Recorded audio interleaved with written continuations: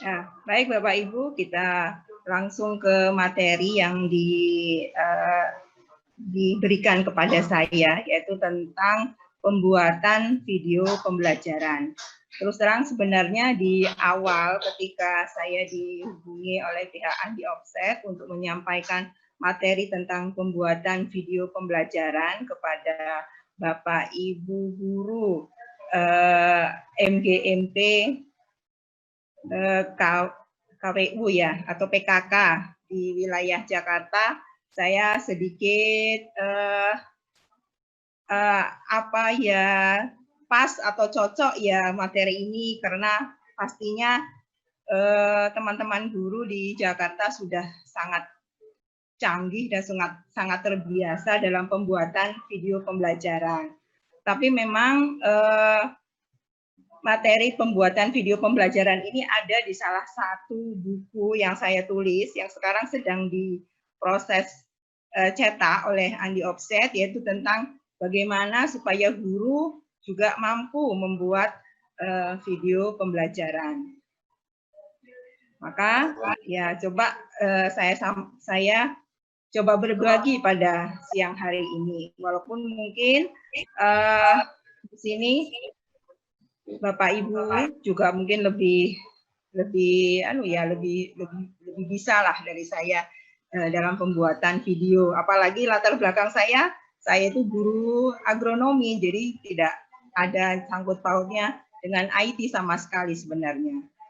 Kalau kita lihat ya, selama tahun 2019 pencarian dengan kata kunci film pada YouTube itu film itu menunjukkan urutan yang ketiga. Setelah yang pertama lagu, yang kedua Indonesia, dan yang ketiga adalah film.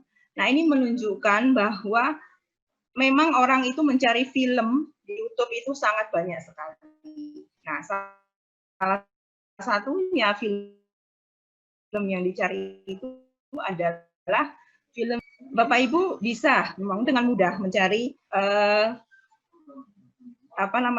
video pembelajaran yang ada di YouTube atau di tempat-tempat yang lain atau di browser yang lain. Memang ada banyak sekali. Cuman terkadang video-video yang tersedia di YouTube atau di sumber belajar yang lain itu belum tentu sesuai dengan materi yang akan kita sampaikan atau tidak, atau sesuai dengan apa yang ingin kita sampaikan kepada siswa. Nah, oleh sebab itu maka kita mampu untuk membuat video pembelajaran itu memang menjadi sebuah tuntutan. Apa sih sebenarnya manfaat video pembelajaran? Saya kira ini hanya untuk mengingatkan saja. Saya kira Bapak Ibu juga sudah tahu ya, hanya untuk mengingatkan saja. Dengan video, maka kita akan mudah menampilkan gambar dan suara. Nah, konon katanya kalau kita mengeluarkan semua indera, ya indera penglihatan, indera pendengaran, kemudian melihat, bahkan merasakan ya. Jadi Bapak Ibu mungkin ibu-ibu nih terutama kalau nonton drama Korea atau sinetron itu ya, itu artinya dengan video kita bisa indera rasa kita itu bisa ikut tergugah. Nah, itu yang terkadang kenapa kita lebih memilih video sebagai salah satu media pembelajaran. Ya, jadi bisa mengeluarkan segenap rasa sehingga tujuan kita dari pembelajaran itu nanti bisa dengan mudah untuk tercapai.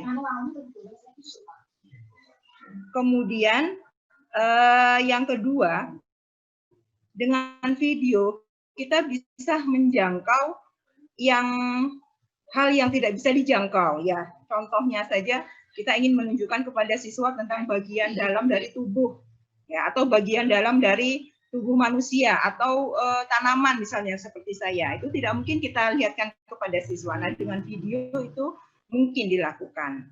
Kemudian untuk mendatangkan sesuatu di alam pada ruang kelas ya. Jadi kita tidak mungkin menyampaikan atau mendatangkan air terjun atau tidak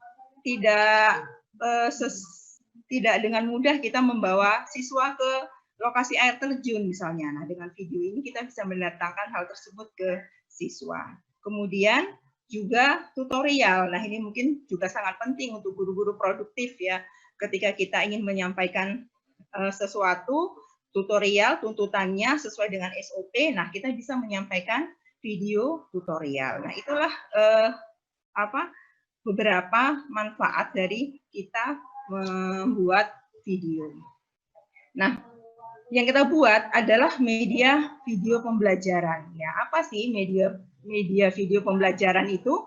Ya, pada kata kuncinya, pada prinsipnya, ya, adalah media yang berisi, yang dirancang secara sistematis. Ya, jadi secara sistematis, secara berurutan, secara sistematis ya, berurutan. Kemudian ada pedomannya yaitu kurikulum. Jadi kita tidak sekedar hanya membuat video ya. Mungkin berbeda kalau Bapak Ibu lihat sekarang anak-anak suka buat vlog ya.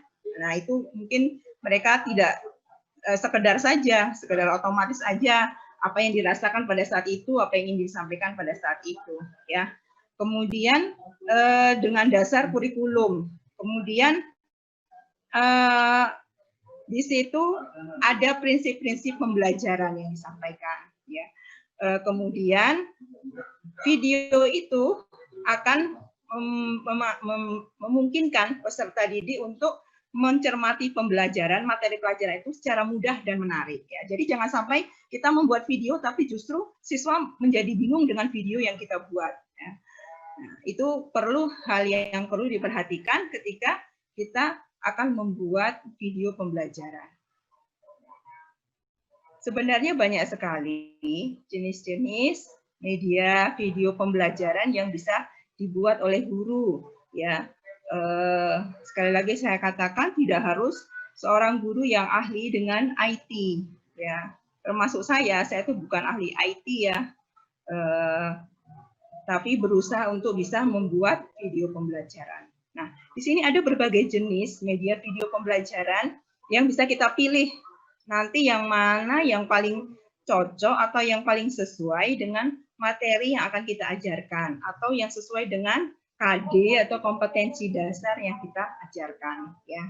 Yang pertama itu ada video penjelasan materi ya. Jadi pada video tersebut berisi materi-materi pelajaran dilengkapi dengan materi-materi pendukungnya. Ya, jadi videonya berisi tentang penjelasan ya. Jadi tentang sesuatu, menjelaskan sesuatu. Nah, di situ berisi tentang itu ya. Jadi video penjelasan materi. Nah, di sini bisa menggunakan guru sebagai pemerannya atau bisa menggunakan orang lain sebagai pemerannya ya. Itu bisa dipakai ya, bisa digunakan pada video penjelasan materi.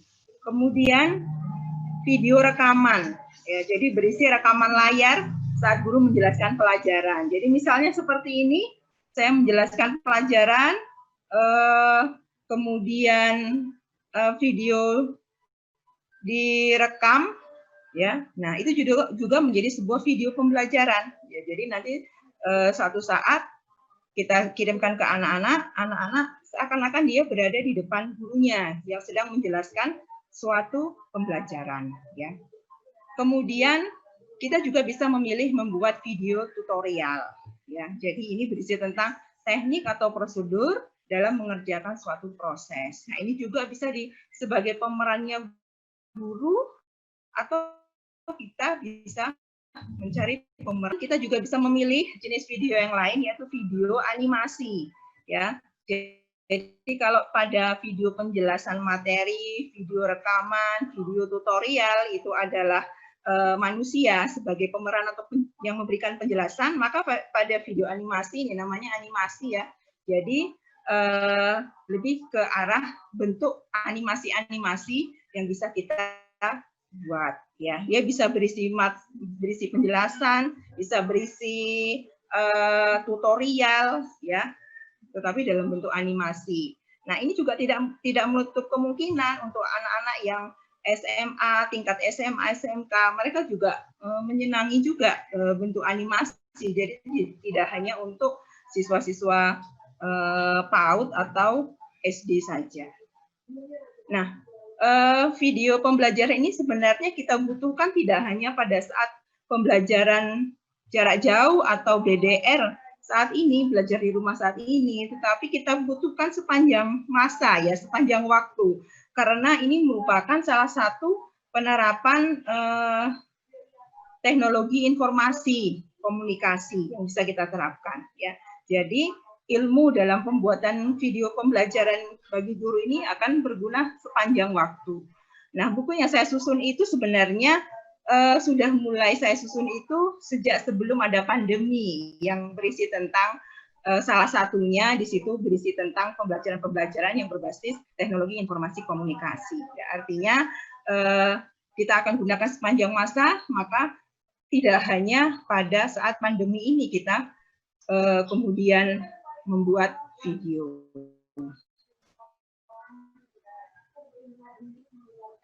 Nah, ini secara ringkas, ya, mungkin nanti tentu dalam waktu yang singkat tidak bisa praktek, ya, Bapak Ibu, ya. Mungkin nanti Bapak Ibu bisa nanti sambil berkelompok karena ada MGMP, bisa bersama-sama lagi belajar untuk membuat, sehingga tentu targetnya adalah pada siang hari ini Bapak Ibu, apakah itu secara berkelompok atau sendiri, nanti bisa membuat atau menghasilkan video pembelajaran. Nah, urut-urutannya itu kira-kira, ya, secara umum, ya, yang harus kita lewati untuk bisa menjadi, kita mendapatkan ide dulu, ya. Jadi penentuannya ide atau gagasan, ya. Jadi tadi ada 4 jenis video, kita mau menentukan video dengan jenis yang mana. Nanti hubungannya dengan kompetensi dasar atau tujuan dari pembelajarannya. Kemudian tujuan pembuatan video itu apa? Gitu ya. Apa yang ingin dicapai dari pembuatan video itu? Apakah pemahaman terhadap suatu materi? Apakah anak mengetahui urut-urutan? Ataukah hanya sekedar funny atau senang saja agar anak-anak senang dan tertarik dalam mengikuti pembelajaran? Itu harus kita tentukan dulu di awal. Kemudian apa permasalahan yang akan diselesaikan, karena membuat video itu juga membutuhkan waktu, ya. Jadi jangan waktu yang sudah kita keluarkan tetapi tidak menyelesaikan ada permasalahan, ya. Misalnya anak-anak itu ternyata sudah paham dengan kita jelaskan tanpa menggunakan video. Nah, maka lebih bagus kita jelaskan tidak usah menggunakan video, misalnya seperti itu. Jadi dengan membuatan video itu ada permasalahan yang diselesaikan. Setelah kita mendapatkan penentuan ide atau gagasan, kemudian kita melakukan praproduksi, ya, praproduksi atau merancang video. Kita menyusun naskah dulu, ya. Walaupun ini hanya video pembelajaran dengan durasi 3 menit, agar tadi sistematis, maka sebaiknya kita menyusun naskah dulu, walaupun naskah yang sederhana, ya. Kemudian kita menyiapkan alat, bahan, pemainnya siapa, ya. Kemudian menentukan lokasi di mana kita mengambil syuting, mengambil gambarnya, apakah di lokasi sekolah, ataukah di laboratorium, ataukah di luar, di tempat industri, dan sebagainya. Kemudian setelah kita membuat rancangan, kita mulai melakukan produksi. Ya, melakukan produksi itu kita melakukan pengambilan gambar, pengambilan suara, kemudian mungkin video kita itu akan kita selipi juga dengan animasi, maka kita buat animasinya. Ya, atau kita butuh mencari video lain. Jadi bisa aja video kita itu ada video juga di dalamnya. Kita cari sumber-sumber tersebut. Kemudian terakhir, ya, pasca produksi itu terdiri dari editing dan publikasi. Ya, maka ketika kita melakukan produksi tadi itu videonya kan belum jadi, ya. Kemudian kita buat editing, kita buat supaya lebih bagus, supaya lebih enak ditonton, siap untuk dipublikasikan. Nah, itu yang setelah kita melalui 4 tahapan ini, maka kita sudah mendapatkan sebuah video. Nah, di sini saya jelaskan sedikit satu persatu. Kalau tentang ide tadi mungkin tidak perlu saya jelaskan lagi. Jadi intinya kita menentukan dulu kita mau videonya yang dalam bentuk video apa, ya. Kemudian apa tujuannya dari kita pembuatan video itu. Apakah ada permasalahan yang terselesaikan dengan video yang kita buat. Nah, setelah itu baru kemudian kita masuk yang kedua, ya, kita melakukan merancang video pembelajaran. Nah, ini salah satu contoh saja, ya, tidak ada patokan baku untuk membuat storyline ya namanya atau naskah dalam pembuatan video, ya, kira-kira bisa seperti yang saya contohkan ini, atau mau pakai nanti kalau cari atau browsing di internet itu banyak sekali contoh-contoh yang lain, monggo bisa digunakan, ya.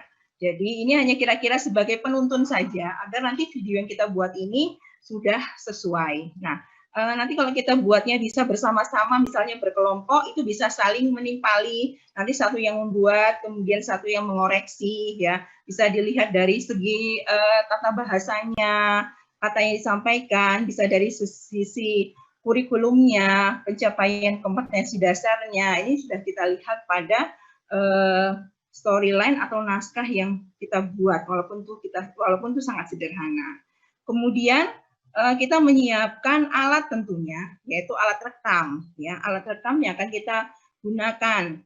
Nah, karena memang ini adalah untuk pembuatan video pembelajaran, ya. Jadi kita untuk merekam itu tidak perlu harus menggunakan alat perekam yang seperti pembuatan film, ya. Kalau ada bagus, tapi kalau tidak kita bisa juga menggunakan smartphone, ya. Bapak Ibu sekarang bahkan anak-anak siswa-siswa kita sudah memiliki smartphone yang bisa untuk merekam video. Nah, itu bisa kita gunakan, ya. Nah, atau kalau kita nanti menyiapkan juga laptop misalnya, kalau nanti mau melakukan editingnya di laptop, ya, nah, bisa. Kemudian tentu pemain-pemainnya, ya, kita pemain-pemainnya siapa nanti yang menyampaikan, apakah cukup gurunya saja, ataukah kita saja, ataukah kita butuh siswa juga, dan lain sebagainya. Kemudian kita masuk ke produksi. Produksi yaitu kegiatan mengumpulkan klip video. Jadi ketika produksi itu kita syuting, ya. Kita syuting. Mungkin Bapak Ibu bisa syuting sampai beberapa kali untuk menyampaikan kata pengantar aja, ya. Mau menyampaikan kata pengantar di video Bapak Ibu mungkin bisa harus take ulang seperti itu, ya. Jadi ini sebenarnya produksi adalah kegiatan kita untuk mengumpulkan klip-klip video. Jadi kita punya klip-klip video yang banyak. Nah, di situ nanti ada pengambilan suara, pengambilan gambar, kemudian pembuatan animasi kalau diperlukan. Ya, ini pada produksi. Kemudian sampai ke pasca produksi. Nah, pasca produksi inilah nanti yang membedakan dengan apa yang kita buat. Video apa yang kita buat dari 4 jenis video tadi. Pasca produksi kalau pertama kita lakukan adalah editing dulu. Jadi setelah kita mendapatkan kumpulan-kumpulan klip video, kemudian kita buat kita editing, ya. Jadi kalau menggunakan laptop itu bisa menggunakan aplikasi, ya, yang namanya Filmora dan lain-lain, ya. Jadi di sini saya tulis dan lain-lain. Jadi karena banyak sekali. Ya, nanti Bapak Ibu tinggal memilih mau yang mana, mau yang berbayar atau mau yang free, tinggal memilih, ya. Salah satu contohnya kalau di aplikasi di laptop itu Filmora, ya. Tetapi bisa yang lain, makanya saya tulis di sini Filmora dan lain-lain. Kemudian tidak mau di laptop, kita mau mengeditnya di smartphone milik kita. Tadi kan pengambilan videonya sudah di smartphone. Kita bisa menggunakan aplikasi, contoh salah satunya adalah KineMaster, ya. Dan lain-lain banyak sekali nanti. Kalau Bapak Ibu lihat, cari itu banyak sekali. Nanti tinggal di-download, ya. Ini hanya sebagai contoh aja. Ini ikonnya, logonya untuk Filmora, untuk KineMaster. Kemudian kalau kita menggunakan videonya itu rekam layar, salah satunya kita bisa menggunakan aplikasi namanya Screencast-O-Matic. ya, atau menggunakan Handycam atau yang lain, ya. Jadi silakan nanti dipilih mana yang paling Bapak Ibu sukai, yang paling sukai nanti untuk aplikasi yang digunakan. Nah, setelah kita selesai dengan proses editing video kita, maka video itu sudah jadi. Nah, tentu saja video itu tidak kita nikmati sendiri kan, Bapak Ibu. Video itu kita sampaikan itu kepada siswa. Nah, menyampaikannya pada siswa dengan berbagai macam cara juga. Bapak Ibu nanti tinggal memilih cara yang bagaimana. Menggunakan media sosial, ya, bisa di-share di YouTube. Nanti Bapak Ibu tinggal share linknya kepada siswa. Atau videonya sudah di-download, kemudian di-share di WhatsApp, ya, atau pakai linknya diberikan di WhatsApp, ya. Nanti Bu Fafa ya nanti akan menjelaskan tentang pembelajaran menggunakan WhatsApp. Nah, jadi video-video tersebut WhatsApp yang sudah kita buat tadi. Kemudian atau tidak menggunakan media sosial, yaitu secara pribadi saja. Jadi langsung sudah kita download, sudah pembelajaran tatap muka, ya. Jadi kita putar video kita di kelas di pembelajaran anak-anak. Nah, itu adalah secara langsung, tidak melalui media yang lainnya. Atau kita simpan pada Google Drive kita. Kemudian linknya kita bagikan ke anak-anak siswa. Ya. Kemudian itu, nah ini adalah singkat saja saya jelaskan salah satu contoh yang nanti bisa Bapak Ibu praktekkan langsung, ya, yaitu menggunakan handphone dengan menggunakan KineMaster. Itu pertama aplikasinya diinstal dulu di handphone. Nah, nanti akan tampak seperti itu, ya. Bapak Ibu nanti akan pilih aspek rasionya, kita pilih yang ukuran 16x9, 16:9. Kemudian ini tampilannya pada KineMaster. Kemudian, nah nanti tinggal dimasukkan tadi, diproduksi tadi kan punya klip-klip video. Nah, di sini bisa dimasukkan, bisa dipotong, ya, bisa kita tambahkan gambar, bisa tambahkan tulisan, video lainnya, gitu ya. Nah, sampai di-share, kemudian kita bagikan. Nah, itu harapannya Bapak Ibu bisa punya video masing-masing. Cuman satu yang perlu diingat ini, saya kemarin ngambil satu pembicaraan di WhatsApp ketika guru jam pertama share video, ya, ini pembelajaran jarak jauh ini BDR. Guru yang jam pertama share video, kemudian guru yang kedua share video lagi, anak-anak langsung jawab, video lagi, paketannya tipis, Bu. Iya, ditimpali lagi sama yang temannya yang lain. Sama, punya saya juga cuman modalnya tethering gitu ya. Jadi memang itu yang perlu kita perhatikan ya. Ini udah keasikan ini Bapak Ibu guru udah bisa buat video setiap pelajaran, setiap guru share materi dengan video, anak-anak suruh lihat, kemudian dikasih tugas, gurunya enak-enak. Tapi itu perlu diperhatikan ya. Perlu diperhatikan untuk anak-anak karena kondisinya, kalau misalnya kita yakin anak-anak, oh tidak masalah tentang paketan datanya, iya tidak masalah. Ya, mungkin seperti itu yang bisa saya sampaikan tentang pembuatan video. Banyak kurangnya mohon maaf. Harapan saya nanti Bapak Ibu bisa membuat video pembelajaran. Terima kasih. Mbak, terima kasih Ibu Nurul, tepat sekali waktunya tadi disampaikan mengenai paparan pembuatan video pembelajaran yang di dalamnya ada dipaparkan mengenai manfaat media video, terus yang kedua tentang prinsip-prinsip video pembelajaran, yang ketiga tentang jenis-jenis video pembelajaran, yang terakhir tentang bagaimana pembuatan video pembelajaran ini. Yang terakhir tadi dipraktekkan yaitu memakai KineMaster. Nah, Bapak-Ibu sekalian, mohon kiranya ditunggu untuk sesi tanya jawabnya bagi yang akan bertanya. Kita akan masuk ke sesi kedua yaitu tentang mengelola penilaian pembelajaran sistem daring dari Ibu Dwi Erma Wiyanti. Kami persilakan Ibu Erma, waktu 30 menit. Terima kasih Pak Agus. Selamat siang. Assalamualaikum warahmatullahi wabarakatuh. Waalaikumsalam warahmatullahi wabarakatuh. Baik, senang sekali kesempatan untuk bertemu dengan Bapak Ibu para pendidik senusantara dalam kaitannya webinar dengan MGMP yang bekerjasama dengan Andi. Bapak Ibu sekalian, di sini saya akan menyampaikan tentang bagaimana cara mengelola penilaian pembelajaran.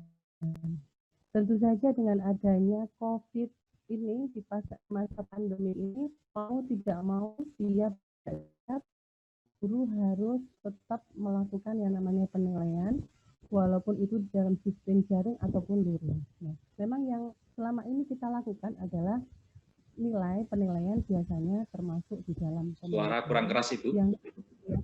Halo. Ya. Tes? Ya. Sudah Pak Agus? Sudah. Oke. Sampun? Ya. Untuk penilaian, memang biasanya kita langsung tutorial dengan siswa, kemudian langsung kita berikan nilai. Tetapi dengan adanya PBJJ ini, kita tidak bisa lagi melakukan yang namanya penilaian secara langsung. Mau tidak mau, kita harus memberikan waktu kepada siswa untuk mengerjakan tugas.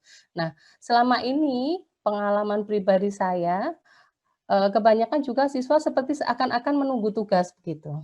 Jadi materi sudah di-share, tetapi mereka belum tentu membaca dengan komplit, tetapi harus sibuk mengerjakan tugasnya. Pokoknya tugasnya harus dikerjakan.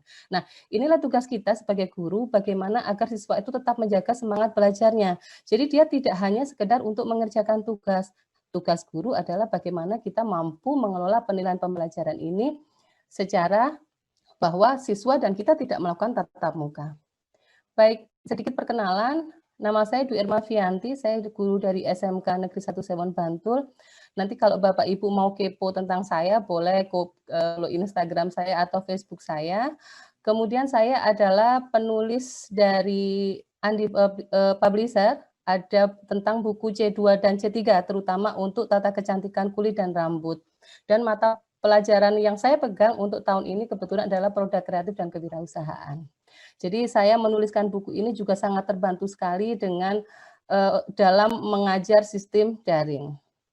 Bapak Ibu yang saya hormati, pada tahun 2016 kemarin saya pernah meneliti tentang metric assessment. Jadi memang waktu itu belum daring. Nah, di sini saya meneliti bagaimana sih kita bisa mengembangkan pendidikan karakter, menerapkan pendidikan karakter pada anak-anak melalui matric assessment. Kebetulan mata pelajaran saya adalah tata kecantikan. Jadi waktu itu saya sempat mengembangkan yang namanya assessment. Kenapa saya sebut matrik? Karena lebih rinci dan lebih kecil-kecil. Kalau biasanya kita kalau menilai siswa hanya langsung global. Misalnya KKM 80 langsung saja kita beri, kalau dia bagus 85, kalau dia mepet 80 dan lain sebagainya. Nah, tetapi di sini yang saya kembangkan adalah penelitian tentang bahwa kita mengamati anak satu persatu. Makanya kenapa saya sebut dengan matric assessment. Dan dari situlah kemudian saya memperoleh kesempatan menjadi juara 2 tingkat nasional pada tahun 2016 dari Dirjen GTK. Nah, apa sih sebenarnya tugas utama guru? Tugas utama guru yang pertama merancang pembelajaran. Tentu saja ini kita lebih dimudahkan lagi dengan adanya RPP 1 lembar yang dikeluarkan oleh Mas Menteri kemarin. Jadi akan lebih terbantu, kita tidak perlu repot-repot seperti kemarin kita punya RPP sampai hampir 20 lembar dalam 1 KD. Yang kedua, tugas kita adalah melaksanakan pembelajaran. Nah, tentu saja dengan adanya sistem daring ini, kita akan mengajar 24 jam. Tidak mungkin siswa itu sekali dikasih tahu, dia langsung paham, kemudian atau dia pun langsung merespon, ayo anak-anak absen, tiba-tiba semua absen. Tidak akan seperti itu.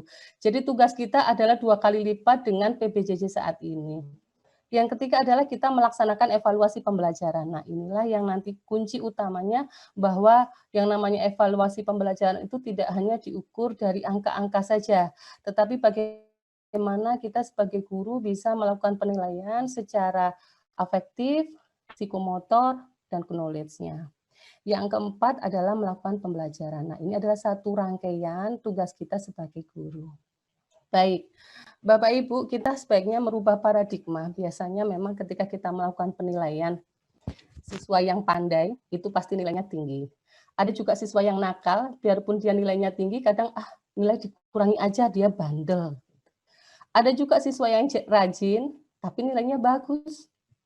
Ada juga siswa yang malas, nah ini pasti nilainya rendah. Nah, ini bagaimana sih upaya kita untuk membuat suatu portofolio atau bukti fisik bahwa kita ini tidak melakukan subjektivitas terhadap penilaian.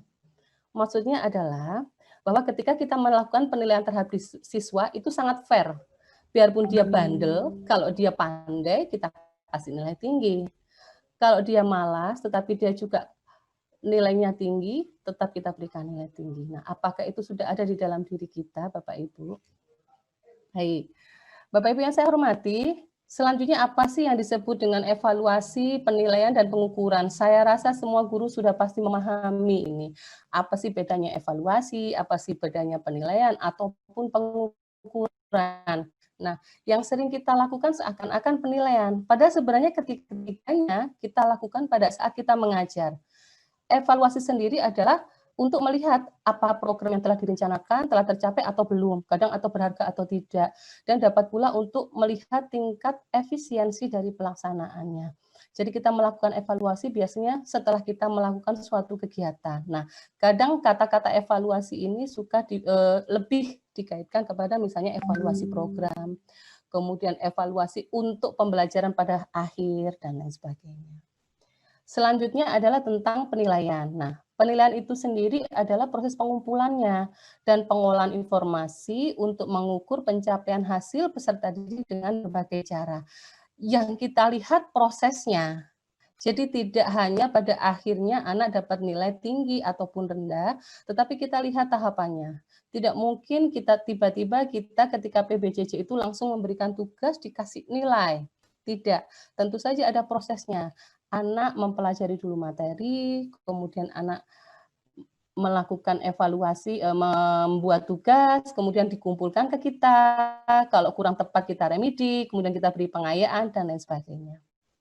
Yang ketiga adalah pengukuran. Apa itu pengukuran? Pengukuran itu adalah proses pemberian angka atau usaha untuk memperoleh deskripsi numerik dari suatu tingkatan di mana seorang peserta didik telah mencapai karakteristik tertentu.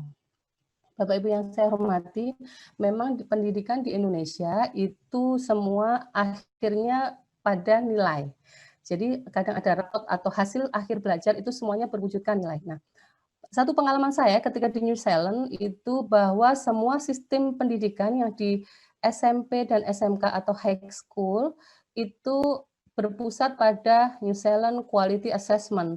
Jadi Bapak Ibu guru terutama yang mengajar produktif itu tidak melakukan penilaian secara sendiri-sendiri. Ada namanya yang pusat seperti kalau kita BNSP begitu, yang dimana yang membuat adalah industri dan para guru-guru. Nah, di sana kita sudah disediakan yang namanya kompetensi apapun yang bisa di-download. Memang kalau di Indonesia ini mata pelajarannya kan cukup banyak. Tetapi untuk di sana atau di New Zealand itu mata pelajarannya tidak terlalu banyak. Jadi yang namanya siswa itu dalam satu level, kalau kita misalnya di tingkat gitu, hanya 5 mapel, yang 3 itu mata pelajaran untuk keterampilan. Nah, untuk mata pelajaran keterampilan ini, sama dengan kita kalau SMK, itu gurunya tidak membuat sendiri. Tetapi diambil dari NZQI tadi, di-download, kemudian ada tahapannya. Jadi salah satu contoh, misalnya pada mata pelajaran untuk menjahit, itu siswa sudah harus bisa motong dulu. Jadi tidak langsung diajarkan dalam arti memotong sampai menjahit, tetapi lebih pada memotong dulu. Kalau sudah dia lulus, kemudian diberikan penilaian dia kompeten, lulus, baru dia diajari untuk selanjutnya. Dan di sana pun tidak diwujudkan dalam angka-angka, tetapi lebih kepada simbol ataupun predikat. Baik, Bapak Ibu yang saya hormati, kita kembali lagi kepada tujuan penilaian, bahwa memang tujuan penilaian ini adalah untuk menunjukkan sih kadang untuk memberikan grade kepada siswa. Nah ini loh, selain untuk menyediakan data, karena kan siswa akan belajar dalam setiap tahun juga siswa akan naik kelas, kemudian dia akan pindah sekolah dan lain sebagainya. Nah, ini tujuan penilaian adalah salah satunya adalah untuk memberikan graduasi atau ranking kepada siswa. Adalah prinsip penilaian, ini objektif, terpadu, ekonomi.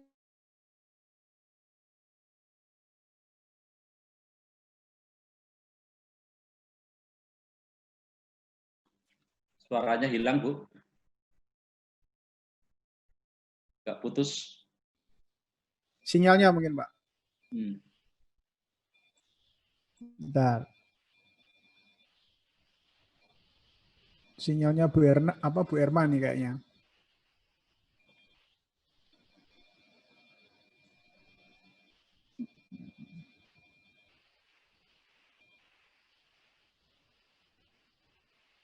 Halo Bu Erma.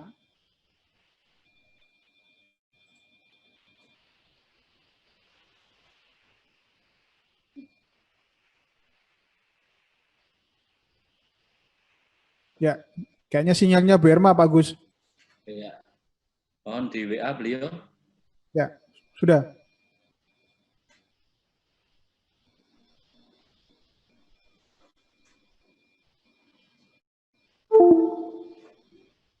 Nah, itu. Sudah masuk? Ya, udah masuk lagi. Ya. Menghilang ya, Pak ya? Iya, betul. Ya, mungkin Bu Erma. Iya. Ini saya pakai WiFi ini. Baik. Sudah Pak Agus? Ya. Sudah bisa didengar? Oke, Ya. baik. Saya lanjutkan. Memang yang paling... Pak, video saya matikan ya, supaya sinyalnya kuat. Oke. Halo? Oke, baik. Untuk selanjutnya adalah tentang penilaian autentik. Memang ini adalah penilaian yang paling sering digunakan untuk di Indonesia, yang meliputi ranah sikap, pengetahuan, dan keterampilan. Nah, kok nggak jalan? Oke, baik, sebentar.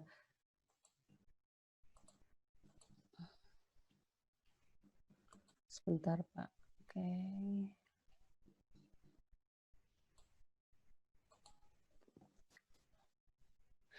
Selanjutnya, untuk teknik penilaian autentik ini memang biasanya kita sesuaikan dengan yang dari model pembelajaran apa yang digunakan, kemudian baru kita bisa menentukan yang namanya form atau matrik penilaian.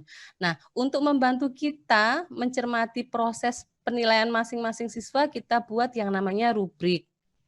Bapak Ibu, untuk menentukan penilaian ini juga ada yang sangat berbeda antara pembelajaran yang praktek dengan pembelajaran teori. Biasanya memang kalau yang pembelajaran praktek ini Bapak Ibu akan lebih rinci karena yang diamati adalah keaktifan siswa secara keseluruhan. Mereka mampu berkomunikasi, mereka juga mampu untuk menyampaikan ide, dan mereka juga harus bergerak begitu. Beda dengan yang namanya pembelajaran untuk yang teori saja, itu biasanya mereka hanya diam. Jadi diskusi, tidak banyak aktivitas, bertanya, menyampaikan pendapat, kemudian bertanya dengan gurunya atau dengan temannya. Baik, untuk jenis penilaian, ini biasanya yang paling lazim adalah penilaian dibagi menjadi 3, ada tentang pengetahuan, keterampilan, dan penilaian sikap. Untuk yang penilaian pengetahuan, ini ada paper and test, ini yang paling sering. Jadi kita sistemnya, kalau dulu memang ketika kita tidak pembelajaran daring, itu kita menggunakan paper and test. Nah, tapi sekarang dengan adanya sistem daring, kita bisa menggunakan yang namanya Google Form atau Quizzes untuk mengajak siswa melakukan ulangan secara online, dan itu tentu saja menguntungkan kita. Ternyata kita tidak perlu lagi repot-repot untuk mengoreksi, tetapi memang guru akan lebih sibuk, dalam arti kita memang membuatnya satu kali tetapi bisa digunakan untuk berkali-kali. Kemudian ada penilaian keterampilan. Ini biasanya berupa unjuk kerja, kemudian atau tugas proyek, hasil karya, dan portofolio. Bapak Ibu, untuk Bapak Ibu yang memang kesulitan ataupun kita memang tidak bisa melakukan penilaian setiap saat, kita bisa menggunakan penilaian dengan tugas proyek ataupun hasil karya dan portofolio yang dilakukan pada akhir. Jadi siswa diberikan rentang waktu untuk menyelesaikan tugas proyeknya. Nah, memang kalau untuk unjuk kerja ini kadang tidak berupa angka saja, bisa berupa predikat, kompeten ataupun belum kompeten. Kemudian yang ketiga ada penilaian sikap. Nah, penilaian sikap ini tentu saja memang sekarang juga dituntut karena apa? Kita juga harus menanamkan soft skill atau pendidikan karakter kepada anak-anak kita agar ketika lulus tidak hanya mereka pintar secara keterampil, pengetahuan, tetapi juga attitude-nya baik.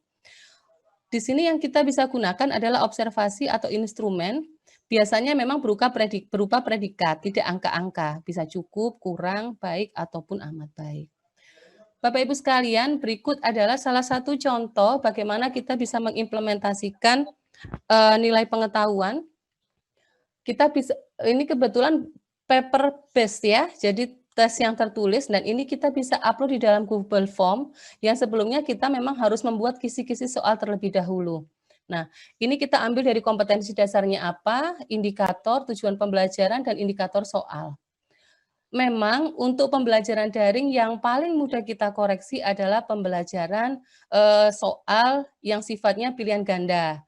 Jadi nanti kita berikan, ini ada pedoman skornya juga, misalnya soal nomor 1 bobotnya berapa dan sebagainya. Dan ini kita dengan menggunakan Google Form itu sudah bisa kita tentukan berapa kita mau ngasih nilai terhadap tugas anak-anak. Kemudian untuk penilaian keterampilan, ini salah satu contohnya juga. Tidak kita gunakan angka, tetapi kita menggunakan yang namanya predikat. Contoh, ini ketika penilaian keterampilan tentang pijat tradisional. Kebetulan mata pelajaran yang saya ampu adalah tentang pijat Jawa. Nah, di sini untuk bagaimana cara kita mengetahui keterampilan siswa, ini persiapan pribadi, ada teknik mengamati, mencatat hasil, dan lain sebagainya. Ini kita berikan predikat, kalau poinnya 1, dia kurang. Ketika dia cukup, kita berikan poinnya 2, dan sampai poin yang keempat, yakni sangat baik. Nah, ini memang kita sebagai guru harus jeli. Kita harus bisa mengamati siswa satu persatu. Dan ini tidak mungkin kita lakukan ketika kita PPJJ. Kemudian, ada penilaian sikap. Penilaian sikap ini biasanya kita ambil dari soft skill apa atau pendidikan karakter apa yang ingin kita tanamkan ke anak. Dalam pembelajaran tersebut salah satunya misalnya kita ambil teliti. Soft skill teliti ini kita membuat indikator. Bapak Ibu bisa membuat indikator, kalau tidak bisa membuat sendiri bisa mengambil dari berbagai macam buku rujukan. Nah, ini kita buat seperti apa yang kita inginkan. Contoh, indikator teliti ini selalu mengecek ulang pekerjaan yang telah dilakukan. Otomatis kita bisa melihat anak yang pekerjaannya rapi, dia pasti akan melakukan pengecekan berulang-ulang. Kemudian membaca secara prosedural sebelum memulai.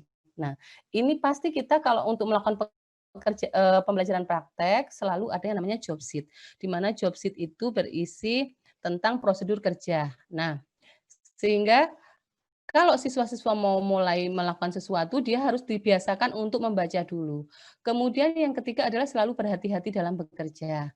Keempat, bekerja secara teratur, rinci, dan tertib. Nah, yang terakhir adalah selalu ramah lingkungan. Ini saya masukkan di sini adalah karena kita melakukan penanaman terhadap budaya sekolah sehat.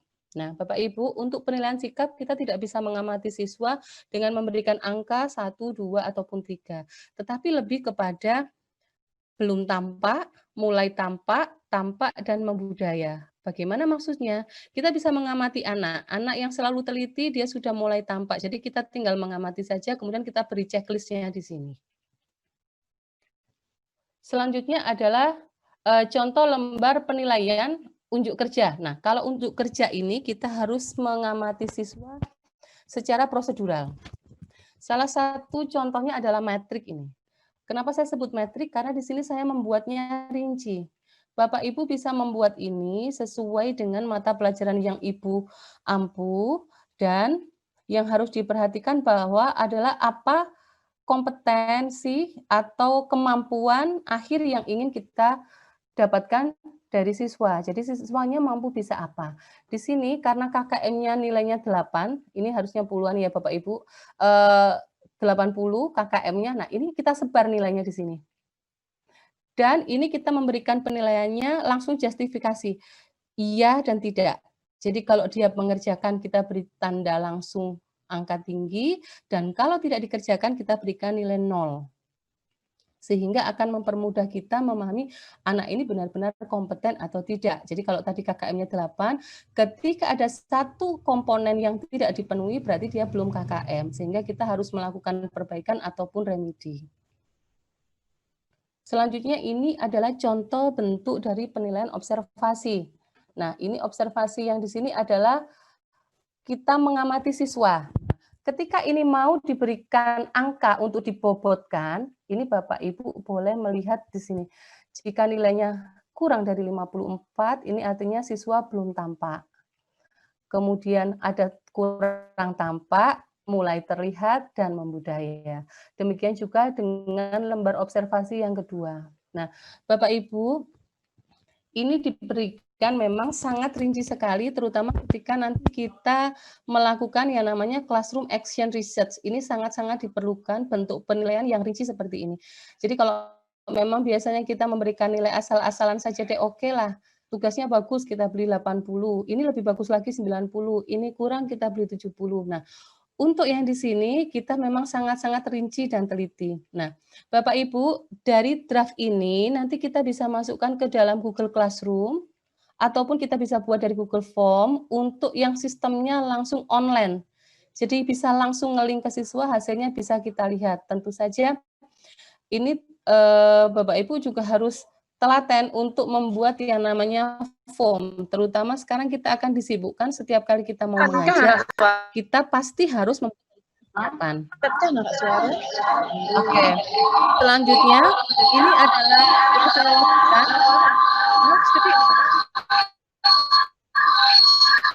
Bu, suaranya mendengar. Iya Pak, ini kayaknya dari luar deh. Sudah Pak? Sudah. Oke. Selanjutnya adalah untuk contoh pengecekan kehadiran siswa. Nah, ini salah satu yang saya lakukan. Saya membuat suatu presensi yang saya sistemnya buka tutup ketika mata pelajaran saya mulai dan berakhir. Harapan saya di sini saya ingat langsung kedatangan. Nah, tinggal kita mengecek saja dari hasilnya apakah siswa sudah hadir atau belum. Karena memang kelemahan dari sistem daring ini adalah tidak 100% siswa itu bisa hadir tepat waktu.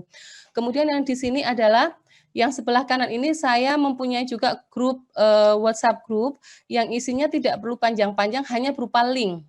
Jadi saya sudah membuat link juga untuk anak-anak bisa mendownload lembar kerjanya, kemudian juga bisa mendownload PowerPoint atau materi yang sudah disiapkan, sekaligus mereka juga bisa membaca yang namanya tugas-tugas teman-temannya yang lain juga bisa mengakses. Nah, memang kadang kelemahannya adalah siswa bisa saling mencontek begitu Bapak Ibu. Nah, di sini di dalam sini saya sedikit promosi ini dengan anak-anak, kebetulan juga siswa juga masing-masing memiliki buku tentang produk kreatif dan kewirausahaan. Jadi saya juga tidak mengalami kesulitan, jadi lebih enak saja tinggal buka halaman berapa, kemudian dikerjakan dan sebagainya. Oke,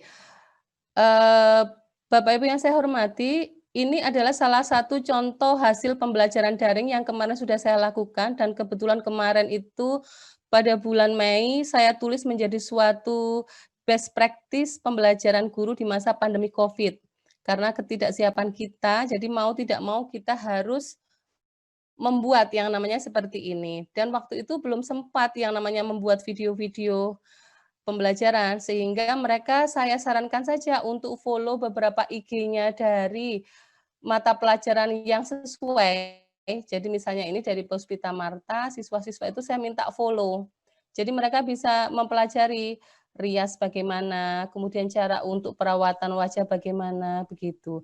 Dan di sini ini adalah Google Form, ini materi hampir semua saya upload di sini. Jadi siswa bisa mengakses dengan link saya yang saya berikan. Nah, untuk yang ada gambar siswa di sini, ini adalah tugas project work di akhir. Jadi saya tidak bisa melakukan penilaian setiap saat, oleh karena itu tugas akhirnya adalah project work. Nah, kemudian juga di sini ada beberapa contoh soal dan tes yang sudah kami lakukan. Bapak Ibu yang saya hormati, memang sebagai seorang guru kita harus kendel, ngandel, dan bandel. Ini adalah salah satu quote dari Ki Hajar Dewantara yang artinya bahwa kita harus berjiwa besar, berpendirian teguh, dan banyak akal. Demikian presentasi dari saya. Terima kasih. Wassalamualaikum warahmatullahi wabarakatuh. Begitu Pak Agus. Terima kasih Ibu Dwi yang telah memaparkan tentang pengelolaan penilaian pembelajaran sistem daring, dan nanti langsung mau tanya jawab nanti adalah setelah pemaparan terakhir dari Ibu Arifah Suryaningsih. Untuk itu Ibu Arifah Suryaningsih, silakan kami mohon untuk memaparkan pengelolaan pembelajaran sistem daring WhatsApp dan Google Classroom. Kami persilakan.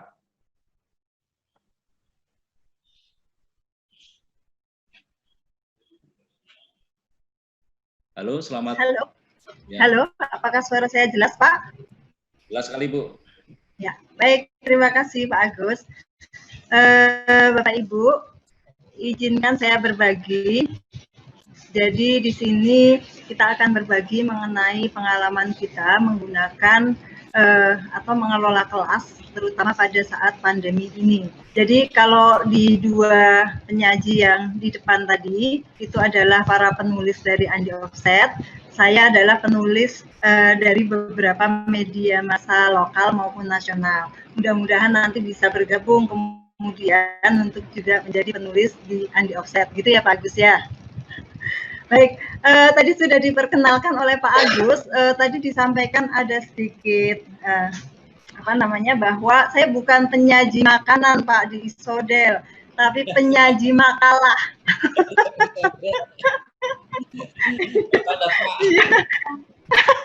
Saya sampai ketawa tadi Pak. Iya, apakah sharing saya terlihat Pak Agus? Sangat terlihat. Iya, oke. Baik, jadi di situ bahwa kami menyajikan makalah di International Symposium Distance Learning 2018 yang diselenggarakan oleh Pustekom Kemdikbud tahun 2018. Bahwa makalah yang saya sampaikan pada Isodel 2018 itu sebenarnya adalah hasil karya penelitian saya mengenai pembelajaran menggunakan WhatsApp. Sehingga mungkin di sini saya akan berbagi saja bagaimana pembelajaran menggunakan WhatsApp itu dilakukan, dan penelitian itu memang saya ajukan di Nobel tahun 2018, sehingga kebetulan saya dan Bu Nurul itu bersama-sama menjadi finalis Nobel 2018 yang kami sama-sama membawa sebuah karya penelitian yang pada penelitian saya itu adalah mengenai model pembelajaran flipped classroom menggunakan WhatsApp. Kemudian itu disajikan dalam sebuah makalah di Isodel. Seperti itu. Baik, saya akan berbagi materi.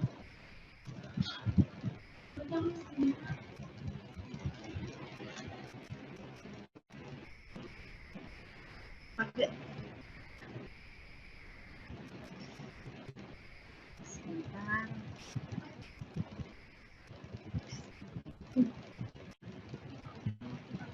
Sebentar, tunggu sebentar.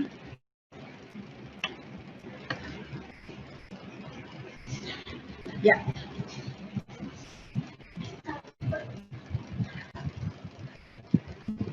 Baik.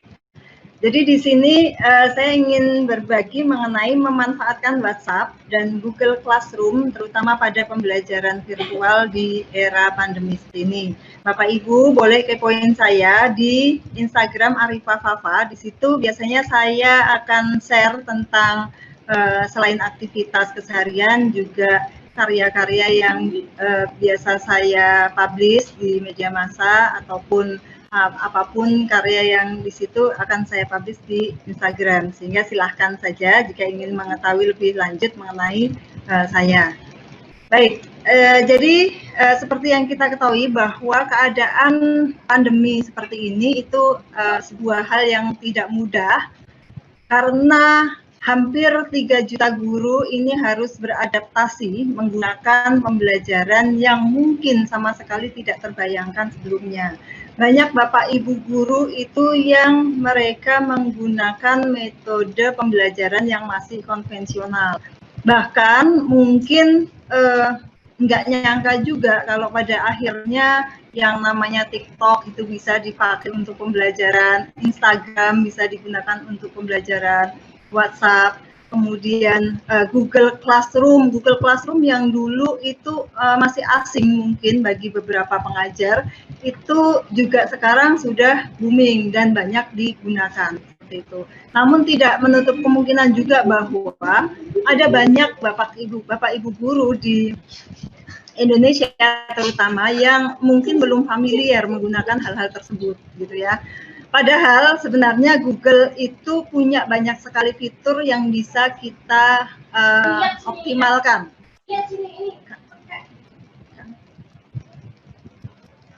Ya, mohon maaf. Kemudian saya kembali ke materi bahwa kita pada saat pandemi ini kita membutuhkan 2 macam tipe komunikasi. Kenapa? Karena kita nggak berjumpa dengan siswa. Sehingga kontrol untuk bagaimana siswa tersebut bisa kita tahu kondisinya, bisa kita tahu responnya, itu adalah dengan komunikasi yang sinkron. Jadi ada 2 macam tipe, yaitu komunikasi sinkron dan komunikasi asinkron. Seperti itu.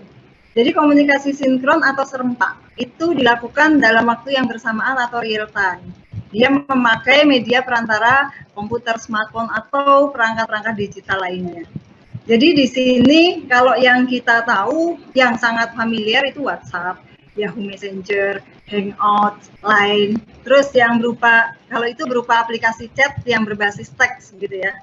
Kemudian untuk yang video conference itu juga merupakan komunikasi sinkron atau serempak atau real time juga. Video conference, ada Zoom, ada Google Meet, ada Duo, ada Skype, dan masih banyak lagi. Ya.